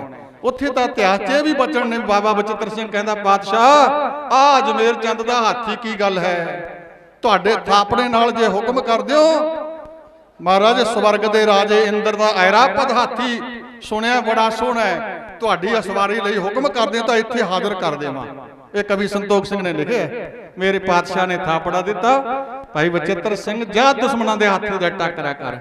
बाबा बचित्र सिंह घोड़े ते सवार हो करके लोहगढ़ दे किले दे सन्मुख सामने दुश्मन दा हाथी जदों मार च आया देखिया जकारा छड्ड के उस वेले गुरु संगत जी रकाबां ते पैरे भार हो करके ऐसा दोवां हत्थां नाल भरपूर वार कीता नागनी वरसे दा ते हाथी दे तवियां नूं विंध के लोहे दियां नूं मत्थे दे विच जा तुसिया। बधानी दी तरह गेड़ा दे के जदों ये वरसा वापस कढिया नागनी वरसा हाथी दे मत्थे दे विचों लहू दी धार निकली। हाथी चीका मारदा अपनी फौजां नूं लताड़दा पिछे नूं दौड़िया। बाबा बचित्र सिंह जित हासिल करके गुरु चरनां च आ मत्था टेकिया। ये वो नागनी वरसा खालसा जी जिहदे तुसीं दर्शन दिदारे कीते हन। बोले सो निहाल। सत श्री अकाल। जिस शास्त्र दे तुसीं दर्शन कर रहे हो खालसा जी दा नाम है करपा बरसा। ਇਹਦੇ ਨਾਲ ਇਤਿਹਾਸਕ ਦੋ ਸਾਖੀਆਂ ਸੰਬੰਧਿਤ ਹਨ। ਪਹਿਲੀ ਸਾਖੀ ਤਾਂ ਮੇਰੇ ਦਸ਼ਮੇਸ਼ ਪਿਤਾ ਗੁਰੂ ਗੋਬਿੰਦ ਸਿੰਘ ਸਾਹਿਬ ਜੀ ਆਪਣੇ ਮਹਿਲ ਸਾਡੇ ਜਗਤ ਮਾਤਾ ਜੀਤੋ ਜੀ ਨੂੰ ਵਿਆਹਣ ਵਾਸਤੇ ਜਦੋਂ ਨਵਾਂ ਸ਼ਹਿਰ ਵਸਾਇਆ ਗੁਰੂ ਕਾ ਲਾਹੌਰ, ਉੱਥੇ ਸਤਿਗੁਰੂ ਪਾਤਸ਼ਾਹ ਜੀ ਗਏ ਹਨ। ਬਹੁਤ ਸੁੰਦਰ ਸ਼ਹਿਰ ਵਸਾਇਆ ਬਾਬਾ ਹਰਜਾਹ ਜੀ ਦਾ। ਉਹਦਾ ਬੇਨਤੀ ਮੰਨ ਕੇ ਬੜੀਆਂ ਰੌਣਕਾਂ ਉੱਥੇ ਨੇ। ਕੁਝ ਗੁਰਸਿੱਖਾਂ ਨੇ ਬੇਨਤੀ ਕੀਤੀ ਮਹਾਰਾਜ ਇੱਥੇ ਪਾਣੀ ਪੀਣ ਯੋਗ ਨਹੀਂ ਹੈ, ਇੱਥੇ ਜਿੱਥੇ ਹੋਰ ਕਿਰਪਾ ਕੀਤੀ ਆ ਇੱਥੇ ਸਵੱਛ ਜਲ ਦੀ ਵੀ ਕਿਰਪਾ ਕਰ ਦਿਓ। ਮੇਰੇ ਪਾਤਸ਼ਾਹ ਦੇ ਕਰ ਕਮਲਾਂ 'ਚ ਕਿਰਪਾ ਵਰਸਾ ਸੀ। ਹਜੂਰ ਨੇ ਆਪਣੇ ਕਰ ਕਮਲਾਂ ਦੇ ਨਾਲ ਧਰਤੀ ਤੇ 3 ਨਿਸ਼ਾਨ ਲਾਏ ਵਰਸੇ ਦੇ ਨਾਲ। ਤਰਵੇਣੀ ਦੇ ਰੂਪ ਵਿੱਚ ਚਸ਼ਮਾ ਥੱਲਿਓਂ ਵਹਿ ਉੱਠਿਆ। ਅੱਜ ਵੀ ਤੁਸੀਂ ਗੁਰੂ ਕੇ ਲਾਹੌਰ ਜਾਓ ਨਾ, ਖਾਲਸੇ ਦੇ ਨਾਨਕੇ ਆ। ਖਾਲਸਾ ਜੀ ਸਾਰਿਆਂ ਨੇ ਦਰਸ਼ਨ ਕਰਨੇ, ਬਹੁਤਿਆਂ ਨੇ ਕੀਤੇ ਹੋਣੇ ਆ, ਜਰੂਰ ਕਰੋ ਜਿਨ੍ਹਾਂ ਨੇ ਨਹੀਂ ਦਰਸ਼ਨ ਕੀਤੇ। ਗੁਰੂ ਕੇ ਖਾਲਸੇ ਦੇ ਨਾਨਕੇ ਨੇ ਉੱਥੇ ਗੁਰਦੁਆਰਾ ਤਰਵੇਣੀ ਸਾਹਿਬ ਮੌਜੂਦ ਆ। ਅੱਜ ਵੀ ਉਵੇਂ ਚਸ਼ਮਾ ਤਰਵੇਣੀ ਵਹਿ ਰਿਹਾ, ਬਹੁਤ ਮਿੱਠਾ ਸਵੱਛ ਜਲ, ਇੰਨਾ ਸੁੰਦਰ ਗੁਰਦੇਵ ਦੇ ਕਰ ਕਮਲਾਂ ਨਾਲ ਵਿਆਹ ਹੋਇਆ ਉਹ ਚਸ਼ਮਾ ਹੈ। ਪਹਿਲੀ ਸਾਖੀ ਇਸ ਨਾਲ ਸੰਬੰਧਿਤ ਹੈ। ਦੂਜੀ ਸਾਖੀ ਇਹਦੇ ਨਾਲ ਇਹ ਸੰਬੰਧਿਤ ਆ। ਜਦੋਂ ਬਾਬਾ ਬਚਿੱਤਰ ਸਿੰਘ ਨੇ ਹਾਥੀ ਦਾ ਇਸ ਤਰ੍ਹਾਂ ਟਾਕਰਾ ਕੀਤਾ, ਦੁਸ਼ਮਣਾਂ ਦੀ ਹਾਰ ਹੋਈ ਤੇ ਫਿਰ ਕਹਿੰਦੇ ਕੇਸਰੀ ਚੰਦ ਅਜਮੇਰ ਚੰਦ ਦਾ ਮਾਮਾ ਭੀਮ ਚੰਦ ਦਾ ਸਾਲਾ ਉਹ ਰਾਜਿਆਂ ਦੇ ਵਿੱਚ ਖੜਾ ਹੋ ਕੇ ਕਹਿਣ ਲੱਗਿਆ ਹੁਣ ਤੱਕ ਕੁਝ ਨਹੀਂ ਕਰ ਸਕਿਆ ਆਪਾਂ। ਕਹਿੰਦਾ ਮੈਂ ਸਹੁੰ ਖਾਨਾ ਹੈਗਾ ਜਾਂ ਤਾਂ ਮੈਂ ਗੁਰੂ ਗੋਬਿੰਦ ਸਿੰਘ ਸਾਹਿਬ ਜੀ ਦਾ ਸਿਰ ਲੈ ਕੇ ਤੁਹਾਡੇ ਕੋਲ ਆਵਾਂਗਾ ਜਾਂ ਉਹਨਾਂ ਨੂੰ ਜੀਂਦਿਆਂ ਫੜ ਕੇ ਲੈ ਕੇ ਆਵਾਂਗਾ, ਨਹੀਂ ਕਹਿੰਦਾ ਮੈਂ ਪਿਓ ਦਾ ਪੁੱਤਰ ਨਹੀਂ ਤੁਹਾਨੂੰ ਆਪਣਾ ਮੂੰਹ ਨਹੀਂ ਵਿਖਾਵਾਂਗਾ। ਇਹ ਉਹਨੇ ਸਹੁੰ ਖਾਦੀ। ਸਾਰੇ ਕਹਿੰਦੇ ਅਸੀਂ ਤੇਰੇ ਨਾਲ ਪਿੱਛੇ ਆ, ਚੱਲ ਫਿਰ। ਤਿਆਰੀ ਕਰ ਲਈ ਕੇਸਰੀ ਚੰਦ ਨੇ। ਇਧਰ ਖਬਰ ਗੁਰਦੇਵ ਦੇ ਕੋਲ ਪਹੁੰਚ ਗਈ ਸਿੰਘਾਂ ਦੇ। ਬਾਬਾ ਉਦੇ ਸਿੰਘ ਬਾਬਾ ਬਚਿੱਤਰ ਸਿੰਘ ਦਾ ਭਰਾਤਾ ਬੈਠਾ ਸੀ, ਹੱਥ ਜੋੜ ਕੇ ਕਹਿਣ ਲੱਗਿਆ ਮੇਰੇ ਪਾਤਸ਼ਾਹ ਜਿਵੇਂ ਭਾਈ ਬਚਿੱਤਰ ਸਿੰਘ ਤੇ ਕਿਰਪਾ ਕੀਤੀ ਆ ਮੈਂ ਨਿਮਾਣੇ ਤੇ ਵੀ ਕਿਰਪਾ ਕਰ ਦਿਓ। ਜਿਹੜਾ ਦੁਸ਼ਮਣ ਤੁਹਾਨੂੰ ਜੀਂਦਿਆਂ ਫੜਦੇ ਜਾਂ ਤੁਹਾਡਾ ਸਿਰ ਅਲਜਾਣ ਦੀ ਸਹੁੰ ਖਾਂਦਾ ਹੈ ਨਾ, ਉਹਦਾ ਅਰਦਾਸਾ ਸੋਧਣ ਦੀ ਸੇਵਾ ਮੈਨੂੰ ਬਖਸ਼ ਦਿਓ। ਮੇਰੇ ਸਤਿਗੁਰੂ ਨੇ ਥਾਪੜਾ ਦਿੱਤਾ, ਨਾਲ ਕਰਪਾ ਬਰਸ਼ਾ ਬਖਸ਼ ਕੇ ਹਜੂਰ ਕਹਿਣ ਲੱਗੇ ਭਾਈ ਉਦੇ ਸਿੰਘ ਜਿੱਥੇ ਤਲਵਾਰ ਦੇ ਨਾਲ ਧੜ ਨਾਲੋਂ ਦੁਸ਼ਮਣ ਦਾ ਸਿਰ ਵੱਖਰਾ ਕਰਨਾ ਹੈ, ਸਾਡੇ ਸਿਰ ਅਲਜਾਣ ਦੀ ਉਹਨੇ ਗੱਲ ਕੀਤੀ ਆ, ਉਹਦਾ ਸਿਰ ਤਾਂ ਇਹਦੀ ਨੋਕ ਤੇ ਟੰਗ ਕੇ ਸਾਡੇ ਕੋਲ ਲੈ ਕੇ ਆਉਣਾ ਹੈ। ਘੋੜੇ ਤੇ ਸਵਾਰ ਹੋਇਆ ਭਾਈ ਉਦੇ ਸਿੰਘ ਕਰਪਾ ਬਰਸਾ ਲੈ ਕੇ। ਕੇਸਰੀ ਚੰਦ ਜਦੋਂ ਸਾਹਮਣੇ ਆਇਆ ਦੇਖਿਆ ਨੇੜੇ, ਬਾਬਾ ਉਦੇ ਸਿੰਘ ਕਹਿਣ ਲੱਗਾ ਕੇਸਰੀ ਚੰਦ ਕਿਉਂ ਬਗਾਨੀਆਂ ਮਾਵਾਂ ਦੇ ਪੁੱਤ ਮਰਵਾਉਣ ਲੱਗਿਆ? ਤੂੰ ਸਹੁੰ ਖਾਦੀ ਆ ਉਹ ਖੰਡਾਂ ਬ੍ਰਹਮੰਡਾਂ ਦੇ ਮਾਲਕ ਦਾ ਸਿਰ ਉਲਝਾਉਣ ਦੀ? ਮੈਂ ਤਾਂ ਉਸ ਗੁਰੂ ਦਾ ਨਿਮਾਣਾ ਜਾਂ ਸੇਵਕ ਆ।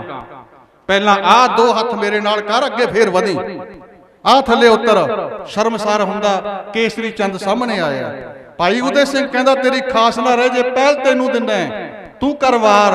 1 ਨਹੀਂ 2 ਨਹੀਂ 3 ਵਾਰ ਦੁਸ਼ਮਣ ਨੇ ਕੀਤੇ, ਤਿੰਨੇ ਨੇ ਹੱਥੇ ਚਲੇ ਗਏ।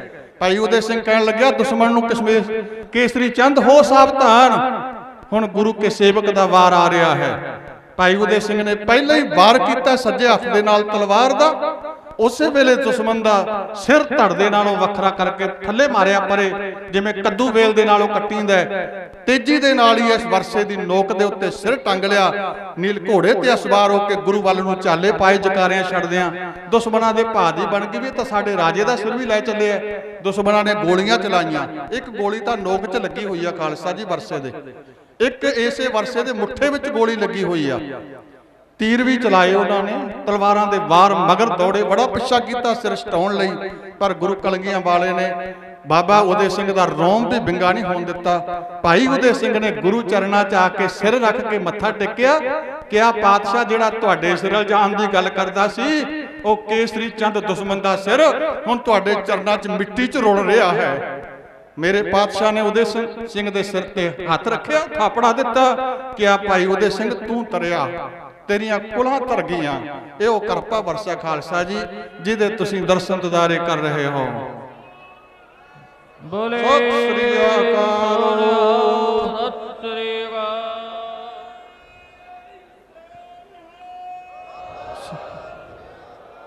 ਜੇ ਸ਼ਾਸਤਰ ਦੇ ਤੁਸੀਂ ਦਰਸ਼ਨ ਕਰ ਰਹੇ ਹੋ ਖਾਲਸਾ ਜੀ, ਇਹ ਤੋੜੇਦਾਰ ਬੰਦੂਕ ਹੈ। ਲਾਹੌਰ ਨਿਵਾਸੀ ਗੁਰੂ ਕੇ ਸਿੱਖ ਨੂੰ ਸਤਿਗੁਰੂ ਨੇ ਭੇਟਾ ਕੀਤੀ ਹੈ। ਇਹਦੇ ਤੇ ਲਿਖਿਆ ਹੋਇਆ ਵੀ ਆ ਲਾਹੌਰ ਦੇ ਸ਼ਾਸਤਰਖਾਨੇ 'ਚ ਬਣੀ ਹੋਈ।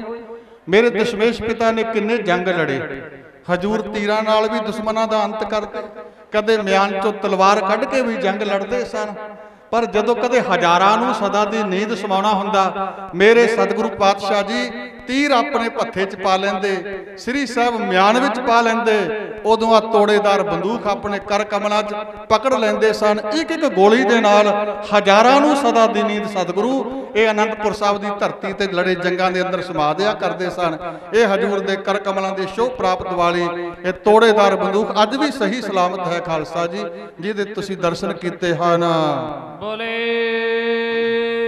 ਸੋ ਨਿਹਾਲ। ਸਤਿ ਸ੍ਰੀ ਅਕਾਲ। ਜਿਸ ਸ਼ਾਸਤਰ ਦੇ ਖਾਲਸਾ ਜੀ ਤੁਸੀਂ ਦਰਸ਼ਨ ਕਰ ਰਹੇ ਹੋ, ਇਹਦਾ ਨਾਮ ਹੈ ਸੈਫ। ਇਹ 1450 ਸਾਲ ਪੁਰਾਣਾ ਸ਼ਸਤਰ ਹੈ। ਇਸਲਾਮ ਧਰਮ ਦੇ ਬਾਨੀ ਮੁਹੰਮਦ ਸਾਹਿਬ, ਉਹਦੀ ਸੁਪੁੱਤਰੀ ਬੀਬੀ ਫਾਤਿਮਾ, ਫਾਤਿਮਾ ਦਾ ਪਤੀ ਹਜ਼ਰਤ ਅਲੀ, ਇਹ ਹਜ਼ਰਤ ਅਲੀ ਦੇ ਹੱਥਾਂ ਦਾ ਸ਼ਸਤਰ ਹੈ। ਇਹਦੇ ਤੇ ਇੱਕ ਪਾਸੇ ਕੁਰਾਨ ਸ਼ਰੀਫ ਦੀਆਂ ਆਇਤਾਂ ਲਿਖੀਆਂ ਹੋਈਆਂ ਹਨ। ਇਹਦੇ ਤੇ ਇੱਕ ਪਾਸੇ ਚੰਦਰਮਾ, ਇੱਕ ਪਾਸੇ ਤਾਰੇ। ਇਹ ਇਸਲਾਮ ਧਰਮ ਦੇ ਦੀਨੀ ਚਿੰਨ੍ਹ ਵੀ ਇਹਦੇ ਉੱਤੇ ਹਨ। ਆਇਤਾਂ ਪੜ੍ਹੀਆਂ ਵੀ ਜਾ ਸਕਦੀਆਂ ਹਨ। ਜਿੱਥੇ ਹਜ਼ਰਤ ਅਲੀ ਦੇ ਕੋਲ ਰਿਹਾ, ਇਹ ਕਰਬਲਾ ਦੇ ਜੰਗ ਦੇ ਅੰਦਰ ਵੀ ਵਰਤਿਆ ਗਿਆ। ਹਜ਼ਰਤ ਅਲੀ ਦੇ ਪੁੱਤਰ ਹਸਨ ਤੇ ਹਸੈਨ ਦੇ ਕੋਲ, ਹਸੈਨ ਜਦੋਂ ਕਰਬਲਾ ਦੇ ਜੰਗ ਵਿੱਚ ਸ਼ਹੀਦ ਹੋ ਗਿਆ ਤਾਂ ਉਹਦੀ ਮਾਂ ਬੀਬੀ ਫਾਤਿਮਾ ਨੇ ਇਹ ਆਪਣੇ ਪਤੀ ਤੇ ਸਹਿਜਾਦਿਆਂ ਦਾ ਪਾਕ ਪਵਿੱਤਰ ਸ਼ਸਤਰ ਜਾਣ ਕੇ ਮੱਕੇ ਦੇ ਵਿੱਚ, ਕਾਬੇ ਦੇ ਵਿੱਚ ਇਹ ਭੇਟਾ ਕਰ ਦਿੱਤਾ। ਮੱਕੇ ਦੇ ਜਿਹੜੇ ਖਲੀਫੇ ਸਨ ਉਹਨਾਂ ਨੇ ਸੰਭਾਲ ਕੇ ਰੱਖਿਆ। ਆਪਾਂ ਪੁਜਾਰੀ ਕਹਿ ਦਿੰਦੇ ਆਂਗੇ, ਇਸਲਾਮ ਧਰਮ ਦੇ ਜਿਹੜੇ ਉੱਥੋਂ ਦੇ ਸੇਵਕ ਹੁੰਦੇ ਨੇ ਉਹਨਾਂ ਨੂੰ ਖਲੀਫੇ ਕਿਹਾ ਜਾਂਦਾ ਹੈ। ਖਲੀਫਿਆਂ ਨੇ ਇਹਨੂੰ ਸੰਭਾਲ ਕੇ ਰੱਖਿਆ। ਇੱਧਰ ਹਿੰਦੁਸਤਾਨ ਦੇ ਅੰਦਰ ਔਰੰਗਜ਼ੇਬ ਨੇ ਬੜੇ ਜ਼ੁਲਮ ਕੀਤੇ।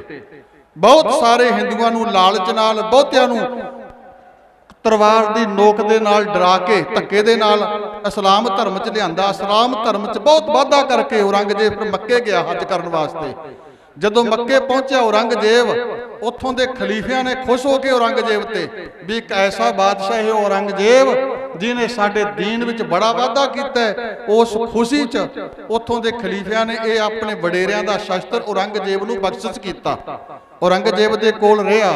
ਮੇਰੇ ਚੋਜੀ ਪ੍ਰੀਤਮ ਗੁਰੂ ਗੋਬਿੰਦ ਸਿੰਘ ਸਾਹਿਬ ਜੀ ਨੇ ਦੀਨੇ ਕਾਂਗੜ ਦੀ ਧਰਤੀ ਤੋਂ ਜ਼ਫਰਨਾਮਾ ਲਿਖ ਕੇ ਭਾਈ ਦਇਆ ਸਿੰਘ, ਭਾਈ ਧਰਮ ਸਿੰਘ ਰਾਹੀਂ ਭੇਜ ਕੇ ਔਰੰਗਜ਼ੇਬ ਦਾ ਅਰਦਾਸਾ ਜਦੋਂ ਸੋਧਿਆ ਗਿਆ, ਔਰੰਗਜ਼ੇਬ ਦੇ ਖਤਮ ਹੋਣ ਤੋਂ ਬਾਅਦ ਉਹਦੇ ਸਹਿਜਾਦਿਆਂ ਦੇ ਵਿੱਚ ਹਿੰਦੁਸਤਾਨ ਦੇ ਤਖਤ ਤੇ ਬੈਠਣ ਲਈ, ਬਾਦਸ਼ਾਹ ਬਣਨ ਲਈ ਜੰਗ ਸ਼ੁਰੂ ਹੋ ਗਿਆ। ਤਾਰੇ ਆਜਮ ਤੇ ਮੁਅੱਜਮ ਦੇ ਵਿੱਚ ਜੰਗ ਸ਼ੁਰੂ ਹੋਇਆ। ਮੁਅੱਜਮ ਸੀ ਜਿਹੜਾ, ਉਹਨੂੰ ਭਾਈ ਨੰਦ ਲਾਲ ਦੀ ਸੰਗਤ ਹਾਸਲ ਸੀ, ਉਹਨੂੰ ਕਲਗੀਆਂ ਵਾਲੇ ਤੇ ਸਰਦਾ ਸੀ।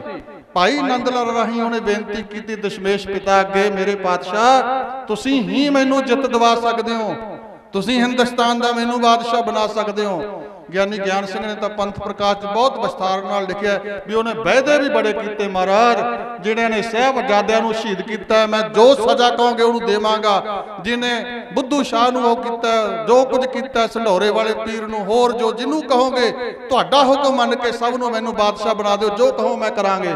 ਪਰ ਉਹ ਵਾਅਦੇ ਤੇ ਨਹੀਂ ਨਿਭਿਆ ਪੂਰਾ, ਮੈਂ ਇਸ ਪਾਸੇ ਨਹੀਂ ਵਧਣਾ। ਆਖਰ ਕਹਿੰਦੇ ਉਹਨੇ ਬੜੇ ਸਤਿਗੁਰੂ ਦੇ ਅੱਗੇ ਤਰਲੇ ਪਾਏ। ਮੇਰੇ ਪਾਤਸ਼ਾਹ ਨੇ ਭਾਈ ਦਇਆ ਸਿੰਘ, ਭਾਈ ਧਰਮ ਸਿੰਘ ਦੀ ਅਗਵਾਈ ਦੇ ਵਿੱਚ 500 ਸਿੰਘ ਦਾ ਜਥਾ ਉਹਦੀ ਮਦਦ ਲਈ ਭੇਜਿਆ, ਪਰ ਅਖੀਰ ਦੇ ਵਿੱਚ ਸਤਿਗੁਰੂ ਆਪ ਵੀ ਸ਼ਾਮਲ ਹੋ ਕੇ ਆਪਣੇ 2 ਤੀਰਾਂ ਦੇ ਨਾਲ ਤਾਰੇ ਆਜ਼ਮ ਦਾ ਅੰਤ ਕੀਤਾ ਤੇ ਉਹਦੀ ਜਿੱਤ ਕਰਾਈ ਮੁਅੱਜ਼ਮ ਦੀ। ਮੁਅੱਜ਼ਮ ਜਦੋਂ ਹਿੰਦੁਸਤਾਨ ਦਾ ਬਾਦਸ਼ਾਹ ਬਣਿਆ, ਉਹਨੇ ਆਪਣਾ ਨਾਮ ਤਖੱਲਸ ਬਹਾਦਰ ਸ਼ਾਹ ਰੱਖਿਆ। ਸਭ ਤੋਂ ਪਹਿਲਾਂ ਆਗਰੇ ਦੀ ਧਰਤੀ ਤੇ ਉਹਨੇ ਸਭ ਤੋਂ ਪਹਿਲਾਂ ਜਸ਼ਨ ਮਨਾਏ, ਬਹੁਤ ਵੱਡਾ ਇਕੱਠ ਕੀਤਾ। ਉਸ ਇਕੱਠ ਦੇ ਵਿੱਚ ਵਜ਼ੀਰ, ਅਮੀਰ, ਅਹਿਲਕਾਰ, ਆਪਣੇ ਮਿੱਤਰ ਦੋਸਤ ਸੱਦੇ, ਪਰ ਦਸ਼ਮੇਸ਼ ਪਿਤਾ ਨੂੰ ਉਹਨੇ ਹੱਥ ਬੰਨ੍ਹ ਕੇ ਬੇਨਤੀ ਕਰ ਭੇਜੀ, ਇਹ ਕਲਗੀਆਂ ਵਾਲੇ ਦਸ਼ਮੇਸ਼ ਗੁਰੂ ਗੋਬਿੰਦ ਸਿੰਘ ਸਾਹਿਬ ਜੀ, ਇਹ ਖੁਸ਼ੀਆਂ ਦੇ ਵਿੱਚ ਮੇਰੇ ਜਸ਼ਨਾਂ 'ਚ ਜੇ ਤੁਸੀਂ ਨਾ ਪਹੁੰਚੇ ਮੇਰਾ ਸਭ ਕੁਝ ਹੀ ਬੇਅਰਥ ਹੋਵੇਗਾ। ਮੈਨੂੰ ਹਿੰਦੁਸਤਾਨ ਦਾ ਤੁਸੀਂ ਬਾਦਸ਼ਾਹ ਬਣਾਇਆ, ਤੁਸੀਂ ਜ਼ਰੂਰ ਪਹੁੰਚੋ। ਮੇਰੇ ਪਾਤਸ਼ਾਹ ਉਹਦੀ ਬੇਨਤੀ ਮੰਨ ਕੇ ਆਗਰੇ ਪਹੁੰਚੇ ਨੇ। ਸਤਿਗੁਰੂ ਜੀ ਨੂੰ ਜਿੱਥੇ ਉਹਨੇ ਹੋਰ ਨਜ਼ਰਾਨੇ ਭੇਟਾ ਕੀਤੇ ਕੀਮਤੀ, ਉੱਥੇ ਸਭ ਤੋਂ ਪਵਿੱਤਰ ਜਾਣ ਕੇ ਉਹਨੇ ਬਹਾਦਰ ਸ਼ਾਹ ਨੇ ਬੇਨਤੀ ਕੀਤੀ, ਮਹਾਰਾਜ ਸਾਡੇ ਆ ਵਡੇਰਿਆਂ ਦਾ, ਸਾਡੇ ਦੀਨ ਦੇ ਜਿਹੜੇ ਮੁਖੀ ਨੇ ਧਰਮ ਦੇ, ਮੁਹੰਮਦ ਸਾਹਿਬ ਪਾਤਸ਼ਾਹ ਜੀ ਉਹਦੀ ਸੁਪੁੱਤਰੀ ਗਾਂ ਉਹਦੇ ਪਤੀ ਜੋ ਮੁਹੰਮਦ ਸਾਹਿਬ ਦੇ ਦਮਾਦ ਸਨ ਹਜ਼ਰਤ ਅਲੀ ਤੇ ਉਹਦੇ ਸਾਹਿਬਜ਼ਾਦੇ ਹਸਨ ਤੇ ਹੁਸੈਨ ਦੇ ਹੱਥਾਂ ਦਾ ਇਹ ਸਭ ਤੋਂ ਪਾਕ ਸ਼ਸਤਰ ਹੈ। ਇਹ ਤੇ ਕੁਰਾਨ ਸ਼ਰੀਫ ਦੀਆਂ ਆਇਤਾਂ ਲਿਖੀਆਂ ਨੇ, ਇਹ ਤੇ ਸਾਡੇ ਦਿਨੀ ਚਿੰਨ੍ਹ ਨੇ, ਮੈਂ ਤੁਹਾਨੂੰ ਇਹ ਭੇਟਾ ਕਰਦਾ। ਮੇਰੇ ਪਾਤਸ਼ਾਹ ਕਲਗੀਧਰ ਨੂੰ ਭੇਟਾ ਉਹਨੇ ਕੀਤਾ ਸੀ। ਇਹ ਇੱਥੇ ਸੁਸ਼ੋਭਿਤ ਹੈ ਜਿਹਦੇ ਤੁਸੀਂ ਦਰਸ਼ਨ ਕੀਤੇ ਨੇ। ਇੱਥੋਂ ਤੱਕ 6 ਸ਼ਸਤਰਾਂ ਦੇ ਤੁਸੀਂ ਦਰਸ਼ਨ ਕਰ ਪਾਏ ਨੇ। ਅਗਲੇ 6 ਸ਼ਸਤਰ ਹੋਰ ਨੇ ਜਿਨ੍ਹਾਂ ਦੇ ਤੁਸੀਂ ਦਰਸ਼ਨ ਕਰਨ ਜਾ ਰਹੇ ਹੋ, ਉਹਨਾਂ ਦਾ ਸੰਖੇਪ ਜਿਹਾ ਇਤਿਹਾਸ ਆ ਖਾਲਸਾ ਜੀ। ਗੁਰੂ ਸਾਹਿਬ ਜੀ ਸਮੇਂ-ਸਮੇਂ ਸਿੰਘਾਂ ਨੂੰ ਦਰਸ਼ਨ ਸ਼ਸਤਰ ਬਖਸ਼ ਦਿਆ ਕਰਦੇ, ਜਿੱਤੇ ਬਹੁਤੇ ਖੁਸ਼ ਹੁੰਦੇ। ਰਾਏ ਕੱਲੇ ਦਾ ਜ਼ਿਕਰ ਹੈ, ਭਾਈ ਤਲੋਕਾ ਸਿੰਘ ਦਾ, ਹੋਰਾਂ ਦਾ, ਕਈਆਂ ਦਾ ਜ਼ਿਕਰ ਆਉਂਦਾ ਇਤਿਹਾਸ ਦੇ ਅੰਦਰ। ਸਤਿਗੁਰੂ ਨਾਲ ਹੁਕਮ ਕਰਦੇ ਸੀ ਸ਼ਸਤਰਾਂ ਦਾ ਵਹੀ ਸਤਿਕਾਰ ਕਰਨਾ, ਕਿਉਂਕਿ ਸਤਿਗੁਰੂ ਦੇ ਬੋਲ ਨੇ ਅਸਤਰ ਪਾਨ ਖੰਡੋ ਖੜਗ ਤੁਬਕ ਤਰਵਰ ਤੀਰ, ਸਹਿਬ ਸਰੋਹੀ ਸਹਿ ਕੀ ਜਹ ਹਮਾਰੇ ਪੀਰ। ਸਤਿਕਾਰ ਕਰਦੇ ਗੁਰੂ ਦਾ ਹੁਕਮ ਮੰਨ ਕੇ, ਪਰ ਸਮੇਂ ਨਾਲ ਜਦੋਂ ਕਈ ਅਕਾਲ ਚਲਾਣਾ ਕਰ ਜਾਂਦੇ, ਉਹਨਾਂ ਦੀ ਸੰਤਾਨ ਕਈ ਸਤਿਕਾਰ ਨਹੀਂ ਸੀ ਕਰਦੇ। ਮਹਾਰਾਜਾ ਰਣਜੀਤ ਸਿੰਘ ਨੇ ਬੜੇ ਯਤਨਾਂ ਨਾਲ ਜਿੱਥੇ ਸ਼ਸਤਰਾਂ ਦਾ ਸਤਿਕਾਰ ਨਹੀਂ ਸੀ, ਉਹ ਆਪਣੇ ਕੋਲ ਮੰਗਾ ਲਏ ਸਨ। ਮਹਾਰਾਜਾ ਰਣਜੀਤ ਸਿੰਘ ਸ਼ਸਤਰਾਂ ਦਾ ਬੜਾ ਸਤਿਕਾਰ ਕਰਦੇ ਸਨ। ਕਿਤੇ ਮੁਹੰਮਦ ਤੇ ਚੜਾਈ ਕਰਨੀ, ਅਰਦਾਸ ਗੁਰੂ ਗ੍ਰੰਥ ਸਾਹਿਬ ਜੀ ਅੱਗੇ ਕਰਕੇ, ਹੁਕਮਨਾਮਾ ਲੈ ਕੇ ਸ਼ਸਤਰਾਂ ਦੀ ਪੂਜਾ ਕਰਕੇ ਫਿਰ ਉਹ ਚੜਾਈ ਕਰਿਆ ਕਰਦਾ, ਫਤਿਹ ਪ੍ਰਾਪਤ ਹੁੰਦੀ ਸੀਗੀ। ਮਹਾਰਾਜਾ ਰਣਜੀਤ ਸਿੰਘ ਦੇ ਅੰਤ ਤੋਂ ਬਾਅਦ ਡੋਗਰਿਆਂ ਦੀ ਕੁੱਟਲ ਨੀਤੀ ਦਾ ਸਦਕਾ ਇੱਥੇ ਅੰਗਰੇਜ਼ ਕਾਬਜ ਹੋਏ। ਲਾਰਡ ਡਲਹੌਜੀ ਇੱਥੋਂ ਦਾ ਗਵਰਨਰ ਥਾਪਿਆ ਗਿਆ। ਉਸ ਵੇਲੇ ਲਾਰਡ ਡਲਹੌਜੀ ਦੇ ਹੱਥ ਵਿੱਚ ਜੋ ਕੁਝ ਰਾਜਕਾਲ ਦੀਆਂ ਵਸਤੂਆਂ ਸੀ ਖਾਲਸੇ ਦੀਆਂ, ਮਹਾਰਾਜਾ ਰਣਜੀਤ ਸਿੰਘ ਵਾਲੀਆਂ, ਸਨੇ ਗੁਰੂ ਕੇ ਸ਼ਸਤਰ, ਸਭ ਕੁਝ ਕੀਮਤੀ ਵਸਤੂਆਂ ਉਹਦੇ ਹੱਥ ਆਈਆਂ। 8 ਸਾਲ ਇੱਥੇ ਉਹਨੇ ਰਾਜ ਕੀਤਾ। 8 ਸਾਲ ਬਾਅਦ ਜਦੋਂ ਲਾਰਡ ਡਲਹੌਜੀ ਵਾਪਸ ਗਿਆ ਇੰਗਲੈਂਡ ਨੂੰ, ਉਹ ਬੜੀਆਂ ਕੀਮਤੀ ਵਸਤੂਆਂ ਸਾਰੀਆਂ ਲੈ ਗਿਆ। ਕੋਹੇ ਨੂਰ ਹੀਰਾ ਵੀ ਲੈ ਗਿਆ। ਨਾ ਉਹਦਾ ਇੰਗਲੈਂਡ 'ਚੋਂ ਰੂਪ ਰਿਹਾ। ਪਿਛਲੇ ਸਮੇਂ ਦੇ ਅੰਦਰ 32 ਲੱਖ ਪਾਉਂਡ ਵੀ ਕੀਮਤ ਉਹਦੀ ਪੈ ਚੁੱਕੀ, ਹੁਣ ਤਰਾਸਿਆ ਵੀ ਗਿਆ ਹੈ, ਵਿਕ ਚੁੱਕਿਆ, ਅੱਗੇ ਉਹ ਰੂਪ ਨਹੀਂ ਰਹਿ ਸਕਿਆ ਹੈ ਉਹਦਾ। ਕੁਰਸੀ ਵੀ ਉਹ ਉੱਥੇ ਇੰਗਲੈਂਡ ਦੇ ਵਿੱਚ ਅੱਜ ਮੌਜੂਦ ਹੈ, ਜਿਹੜੀ ਮਹਾਰਾਜਾ ਰਣਜੀਤ ਸਿੰਘ ਨੇ ਤਿਆਰ ਕਰਾਉਣ ਵੇਲੇ ਕਿਹਾ ਸੀਗਾ ਵੀ ਐਸੀ ਕੁਰਸੀ ਮੇਰੇ ਲਈ ਤਿਆਰ ਕਰਨੀ ਆ, ਲਾਹੌਰ ਦੇ ਤਖਤ ਤੇ ਜਦੋਂ ਮੈਂ ਬੈਠਾ, ਮੇਰਾ ਮੂੰਹ ਉਹ ਧੰਨ ਸੋਢੀ ਪਾਤਸ਼ਾਹ ਗੁਰੂ ਰਾਮਦਾਸ ਜੀ ਦਾ ਦਰਬਾਰ, ਜਿਹਨੂੰ ਗੁਰਦੇਵ ਨੇ ਕਿਹਾ ਡਿੱਠੇ ਸਭੇ ਥਾਵ ਨਹੀਂ ਤੁਧ ਜਿਹਿਆ, ਬੱਧੋਂ ਪੁਰਖ ਵਿਧਾਤਾ ਤਾਂ ਤੂੰ ਸੋਹਿਆ। ਉਧਰ ਮੇਰਾ ਮੁਖ ਹੋਵੇ, ਮੇਰੀ ਕੰਡ ਨਾ ਹੋਵੇ, ਐਸੀ ਕੁਰਸੀ ਤੁਸੀਂ, ਉਹ ਐਸੀ ਕੁਰਸੀ ਸੀ। ਉਹ ਕੁਰਸੀ ਵੀ ਲਾਹੌਰ ਦੇ ਵਿੱਚੋਂ ਲੈ ਗਿਆ ਉਸ ਵੇਲੇ। ਇਹ ਸ਼ਸਤਰ ਵੀ ਗੁਰੂ ਕੇ ਹੋਰ ਸ਼ਸਤਰ ਵੀ ਕਈ ਲੈ ਗਿਆ ਸੀਗਾ। ਸਮਾਂ ਬੀਤਦਾ ਗਿਆ ਗੁਰਸੰਗਤ ਜੀ। 66 ਦੇ ਵਿੱਚ 1966 ਦੇ ਅੰਦਰ ਫਿਰ ਇਹ ਜਿਹੜੇ ਸ਼ਸਤਰ ਨੇ ਬੜਾ ਉਪਰਾਲਾ ਕਰਕੇ ਲਾਰਡ ਡਲਹੌਜੀ ਦੀ ਪ੍ਰਪੋਤਰੀ ਦੇ ਕੋਲੋਂ ਪ੍ਰਾਪਤ ਕੀਤੇ। ਗੁਰੂ ਕੇ ਸਿੱਖਾਂ ਨੇ ਭਾਰਤ 'ਚ ਲਿਆਉਣ ਦਾ ਯਤਨ ਕੀਤਾ। ਉਸ ਵੇਲੇ ਇੱਥੋਂ ਦਾ ਲਾਲ ਬਹਾਦਰ ਸ਼ਾਸਤਰੀ ਪ੍ਰਧਾਨ ਮੰਤਰੀ ਸੀ। ਜ਼ਾਕਿਰ ਹੁਸੈਨ ਇੱਥੋਂ ਦਾ ਰਾਸ਼ਟਰਪਤੀ ਸੀਗਾ ਇੱਥੋਂ ਦਾ। ਉਸ ਵੇਲੇ ਇਹ ਸ਼ਸਤਰ ਜਦੋਂ ਦਿੱਲੀ 에ਅਰਪੋਰਟ ਦੇ ਉੱਤੇ ਲਿਆਂਦੇ ਗਏ ਨੇ, ਉਸ ਵੇਲੇ ਜਹਾਜ਼ ਕਹਿੰਦੇ 2 ਘੰਟੇ ਲੇਟ ਹੋ ਗਿਆ। ਨਾ ਰਾਸ਼ਟਰਪਤੀ ਨਾ ਪ੍ਰਧਾਨ ਮੰਤਰੀ ਫੌਜਾਂ ਸਮੇਤ ਇੰਤਜ਼ਾਰ ਕਰਦੇ ਰਹੇ। ਕਿਸੇ ਨੇ ਪੁੱਛ ਲਿਆ ਵੀ ਅਜੇ ਤੱਕ ਨਹੀਂ ਦੇਖਿਆ ਗਿਆ ਦੇਸ਼ ਦਾ ਰਾਸ਼ਟਰਪਤੀ, ਪ੍ਰਧਾਨ ਮੰਤਰੀ ਫੌਜਾਂ ਸਮੇਤ 에ਅਰਪੋਰਟ ਤੇ ਕਿਤੇ ਇੰਨਾ ਚਿਰ ਖੜਾ ਹੋਵੇ, ਕੀ ਗੱਲ ਹੈ? ਤਾਂ ਭਾਵਨਾ ਵਾਲੇ ਸਿੱਖ ਨੇ ਦੱਸਿਆ ਕਲੰਗੀਆਂ ਵਾਲੇ ਗੁਰੂ ਗੋਬਿੰਦ ਸਿੰਘ ਸਾਹਿਬ ਜੀ ਦੇ ਕਰ ਕਮਲਾਂ ਦੀ ਸ਼ੋਭ ਪ੍ਰਾਪਤ ਵਾਲੇ ਸ਼ਸਤਰ ਇੰਗਲੈਂਡ ਤੋਂ ਆ ਰਹੇ ਨੇ, ਉਹਨਾਂ ਦੇ ਦਰਸ਼ਨਾਂ ਲਈ ਖਲੋਤੇ ਨੇ। 2 ਘੰਟੇ ਬਾਅਦ ਜਦੋਂ ਜਹਾਜ਼ ਆਇਆ, ਸ਼ਸਤਰ ਪਹੁੰਚੇ, ਫੌਜ ਤੋਂ ਸਲਾਮੀ ਦਵਾਈ ਸ਼ਸਤਰਾਂ ਨੂੰ, ਫਿਰ ਸ਼ਾਨੋ ਸ਼ੌਕਤ ਦੇ ਨਾਲ ਭਾਰਤ ਵਰਸ਼ ਵਿੱਚ ਦਰਸ਼ਨ ਕਰਾਏ ਗਏ ਇਹਨਾਂ ਸ਼ਸਤਰਾਂ ਦੇ। ਬਾਅਦ ਵਿੱਚ ਇਹ ਸ਼ਸਤਰ ਸ਼੍ਰੋਮਣੀ ਗੁਰਦੁਆਰਾ ਪ੍ਰਬੰਧਕ ਕਮੇਟੀ ਨੂੰ ਸੌਂਪੇ ਗਏ। ਸ਼੍ਰੋਮਣੀ ਗੁਰਦੁਆਰਾ ਪ੍ਰਬੰਧਕ ਕਮੇਟੀ ਵੱਲੋਂ ਇਹ ਸ਼ਸਤਰ ਫਿਰ ਤਖਤ ਸ੍ਰੀ ਕੇਸਗੜ੍ਹ ਸਾਹਿਬ ਦੇ ਉੱਤੇ ਸੁਸ਼ੋਭਿਤ ਕੀਤੇ ਗਏ ਨੇ। ਆਓ ਆਪਾਂ ਉਹਨਾਂ ਸ਼ਸਤਰਾਂ ਦੇ ਦਰਸ਼ਨ ਕਰੀਏ, ਸੰਖੇਪ ਜਿਹਾ ਇਤਿਹਾਸ ਨਾਲ ਸਰਵਣ ਕਰੀਏ ਜੀ। ਬੋਲੇ ਸੋ ਨਿਹਾਲ। ਸਤਿ ਸ੍ਰੀ ਅਕਾਲ। ਸੱਜੇ ਹਸਤ ਕਮਲ ਅੰਦਰ ਖਾਲਸਾ ਜੀ ਜਿਸ ਸ਼ਸਤਰ ਦੇ ਦਰਸ਼ਨ ਕਰ ਰਹੇ ਹੋ, ਇਹਦਾ ਨਾਮ ਹੈ ਸ਼ਮਸ਼ੇਰੇ ਤੇਗ। ਇਹ ਗੁਰੂ ਗੋਬਿੰਦ ਸਿੰਘ ਸਾਹਿਬ ਜੀ ਦੇ ਕਮਰ ਕਸੇ ਦਾ ਸ਼ਸਤਰ ਹੈ। ਸਤਿਗੁਰੂ ਮੈਦਾਨੇ ਜੰਗ ਦੇ ਅੰਦਰ ਹੱਥੋਂ ਹੱਥੀ ਜੰਗ ਵਿੱਚ ਜਦੋਂ ਦੁਸ਼ਮਣ ਦਾ ਅੰਤ ਕਰਨਾ ਚਾਹੁੰਦੇ, ਦੁਸ਼ਮਣਾਂ ਦੇ ਤਾਰਾਂ ਦਾ ਬਣਿਆ ਵਸਤਰ ਸੰਜੋ ਪਹਿਨੀ ਹੁੰਦੀ, ਜੀ ਤੇ ਬਾਹ ਦਿੰਦੇ ਮੇਰੇ ਪਾਤਸ਼ਾਹ, ਉਹਨੂੰ 2 ਧੜ ਕਰਕੇ ਸਣੇ ਤਾਰਾਂ ਕੱਟ ਕੇ ਉਹਨੂੰ ਪਾਰ ਬੁਲਾ ਦਿੰਦੇ ਸਨ। ਐਸਾ ਸ਼ਸਤਰ ਹੈ। ਖੱਬੇ ਹਸਤ ਕਮਲ ਅੰਦਰ ਜਿਹੜਾ ਸ਼ਸਤਰ ਹੈ, ਇਹਦਾ ਨਾਮ ਆ ਦਾਹੇ ਆਹਣੀ। ਇਹ ਵੀ ਗੁਰਦੇਵ ਦੇ ਕਮਰ ਕਸੇ ਦਾ ਸ਼ਸਤਰ ਆ। ਮੁਗਲਾਂ ਦੇ ਸਿਰ ਦੇ ਉੱਤੇ ਲੋਹੇ ਦੇ ਟੋਪ ਪਹਿਨੇ ਹੁੰਦੇ ਜੰਗ ਵਿੱਚ। ਜਿਸ ਦੁਸ਼ਮਣ ਨੂੰ ਸਤਿਗੁਰੂ ਸਦਾ ਦੀ ਨੀਂਦ ਸਮਾਉਣਾ ਚਾਹੁੰਦੇ, ਉਹਦੇ ਸਿਰ ਦੇ ਉੱਤੇ ਸਤਿਗੁਰੂ ਇਹ ਦਾਹੇ ਆਹਣੀ ਦਾ ਐਸਾ ਵਾਰ ਕਰਦੇ, ਲੋਹੇ ਦੇ ਟੋਪ ਨੂੰ ਪਾੜ ਕੇ, ਦੁਸ਼ਮਣ ਦੇ ਸਿਰ ਨੂੰ ਪਾੜ ਕੇ ਦੁਸ਼ਮਣ ਨੂੰ ਸਤਿਗੁਰੂ ਢਹਿ ਢੇਰੀ ਕਰ ਦਿੰਦੇ ਸਨ। ਹਜੂਰ ਦੇ ਕਰ ਕਮਲਾਂ ਦੀ ਸ਼ੋਭ ਪ੍ਰਾਪਤ ਵਾਲੇ ਸ਼ਮਸ਼ੇਰੇ ਤੇਗ ਦਾਹੇ ਆਹਣੀ ਦੇ ਸ਼ਸਤਰਾਂ ਦੇ ਤੁਸੀਂ ਖਾਲਸਾ ਜੀ ਦਰਸ਼ਨ ਕੀਤੇ ਹਨ। ਬੋਲੇ ਸੋ ਨਿਹਾਲ। ਸਤਿ ਸ੍ਰੀ ਅਕਾਲ। ਸੱਜੇ ਹਸਤ ਕਮਲ ਅੰਦਰ ਜੇ ਸੁਨਹਿਰੀ ਚੱਕਰ ਦੇ ਤੁਸੀਂ ਦਰਸ਼ਨ ਕਰ ਰਹੇ ਹੋ ਸੰਗਤ ਜੀ, ਇਹ ਸੁਨਹਿਰੀ ਚੱਕਰ ਪ੍ਰੇਮੀ ਸਿੱਖ ਨੇ ਭੇਟਾ ਕੀਤਾ। ਇਹਦੇ ਤੇ 22 ਜਪਜੀ ਸਾਹਿਬ ਦੀਆਂ ਪੌੜੀਆਂ ਲਿਖੀਆਂ ਹੋਈਆਂ ਹਨ। ਅੱਜ ਵੀ ਸਹੀ ਸਲਾਮਤ ਪੜ੍ਹੀਆਂ ਜਾ ਸਕਦੀਆਂ ਹਨ, ਪਰ ਭੇਟਾ ਕਰਨ ਵੇਲੇ ਸਿੱਖ ਨੇ ਬੇਨਤੀ ਕੀਤੀ, ਮੇਰੇ ਪਾਤਸ਼ਾਹ ਇਹਦੇ ਤੇ ਗੁਰਬਾਣੀ ਲਿਖੀ ਆ 22 ਜਪਜੀ ਸਾਹਿਬ ਦੀਆਂ ਪੌੜੀਆਂ। ਧੰਨ ਗੁਰੂ ਗੋਬਿੰਦ ਸਿੰਘ ਸਾਹਿਬ ਜੀ ਕਹਿੰਦੇ, ਸਿੰਘਾ ਅਸੀਂ ਸ਼ਸਤਰਾਂ ਦਾ ਵੀ ਸਤਿਕਾਰ ਬਹੁਤ ਕਰਦੇ ਆਂ, ਪਰ ਇਹਦੇ ਤਾਂ ਗੁਰਬਾਣੀ ਗੁਰੂ ਹੈ, ਗੁਰਬਾਣੀ ਲਿਖੀ ਆ। ਚੰਗਾ ਉਹਦੇ ਸਾਹਮਣੇ ਮੇਰੇ ਪਾਤਸ਼ਾਹ ਕਹਿੰਦੇ ਅਸੀਂ ਇਹਨੂੰ ਸੀਸ ਤੇ ਸਜਾ ਕੇ ਰੱਖਿਆ ਕਰਾਂਗੇ। ਮਹਾਰਾਜ ਨੇ ਆਪਣੇ ਦਮਾਲਿਆਂ ਤੇ ਸਜਾ ਲਿਆ। ਹਮੇਸ਼ਾ ਸਤਿਗੁਰੂ ਇਸ ਸ਼ਸਤਰ ਨੂੰ, ਚੱਕਰ ਨੂੰ ਆਪਣੇ ਦਮਾਲਿਆਂ ਤੇ ਸਜਾ ਕੇ ਰੱਖਦੇ ਸਨ ਗੁਰੂ ਗੋਬਿੰਦ ਸਿੰਘ ਸਾਹਿਬ ਜੀ, ਗੁਰਬਾਣੀ ਦਾ ਸਤਿਕਾਰ ਕਰਨ ਲਈ। ਅੱਜ ਗੁਰੂ ਪਿਆਰਿਓ ਸਾਨੂੰ ਇਹ ਸਿੱਖਿਆ ਮਿਲਦੀ ਆ। ਅਸੀਂ ਕਈ ਵਾਰੀ ਗੁਰਬਾਣੀ ਦੇ ਸ਼ਬਦ ਆਪਦੇ ਜਾਣੇ ਭਾਵਨਾ ਨਾਲ ਦਫ਼ਤਰਾਂ ਦੇ ਵਿੱਚ ਟੇਬਲ ਦੇ ਉੱਤੇ ਸੀਸੇ ਥੱਲੇ ਸ਼ਬਦ ਲਿਖਿਆ ਹੁੰਦਾ, ਜਾਂ ਤੂੰ ਮੇਰੇ ਵੱਲ ਹੈ, ਕੋਈ ਤੱਤੀ ਤਾਤੀ ਬੌ ਨਾ ਲੱਗੀ, ਜਾਂ ਗੁਰ ਕਾ ਸ਼ਬਦ ਰਖਵਾਰੇ, ਉੱਤੇ ਝੂਠੇ ਚਾਹ ਦੇ ਗਲਾਸ ਰੱਖੇ ਜਾਂਦੇ ਆ। ਸ਼ਬਦ ਗੁਰੂ ਹੈ ਸਾਡਾ।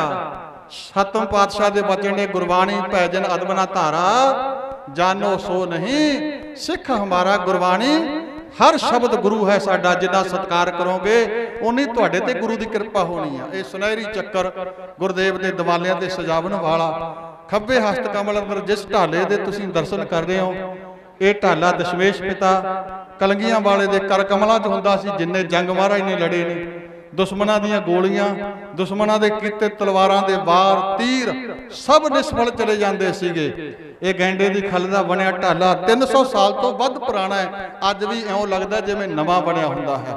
ਇਹ ਸਤਿਗੁਰੂ ਦੇ ਕਰ ਕਮਲਾਂ ਦੀ ਸ਼ੋਭ ਪ੍ਰਾਪਤ ਦਾ ਸਦਕਾ ਹੈ। ਢਾਲਾ ਅਤੇ ਸੁਨਹਿਰੀ ਚੱਕਰ ਦੇ ਤੁਸਾਂ ਨੇ ਦਰਸ਼ਨ ਕੀਤੇ ਹਨ ਜੀ।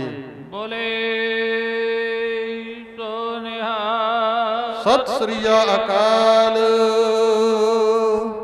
ਸੱਜੇ ਹਸਤ ਕਮਲ ਅੰਦਰ ਜਿਸ ਵਰਸ਼ੇ ਦੇ ਤੁਸੀਂ ਦਰਸ਼ਨ ਕਰ ਰਹੇ ਹੋ, ਜਿੱਥੇ ਜੰਗਾਂ 'ਚ ਸਤਿਗੁਰੂ ਇਹਨੂੰ ਵਰਤਦੇ ਸਨ, ਉੱਥੇ ਕਈ ਵਾਰੀ ਜਿਹੜੇ ਜੰਗਲੀ ਜਾਨਵਰ ਮਨੁੱਖਤਾ ਦਾ ਨੁਕਸਾਨ ਕਰਦੇ, ਕਈ ਗੁਰੂ ਜੀ ਕੋਲ ਬੇਨਤੀ ਕਰਦੇ, ਮਹਾਰਾਜ ਸਾਡੇ ਪਿੰਡ ਵਿੱਚ ਆ ਸ਼ੇਰ ਹੈ ਜਾਂ ਚੀਤਾ ਰਹਿੰਦਾ, ਜੰਗਲ ਜਾ ਕੇ ਨੁਕਸਾਨ ਕਰ ਜਾਂਦਾ ਹੈ। ਸਤਿਗੁਰੂ ਇਹਦੇ ਨਾਲ ਜੰਗਲੀ ਜਾਨਵਰਾਂ ਦਾ ਵੀ ਸ਼ਿਕਾਰ ਖੇਡਦੇ ਸਨ, ਸ਼ੇਰਾਂ ਦਾ, ਚੀਤਿਆਂ ਦਾ।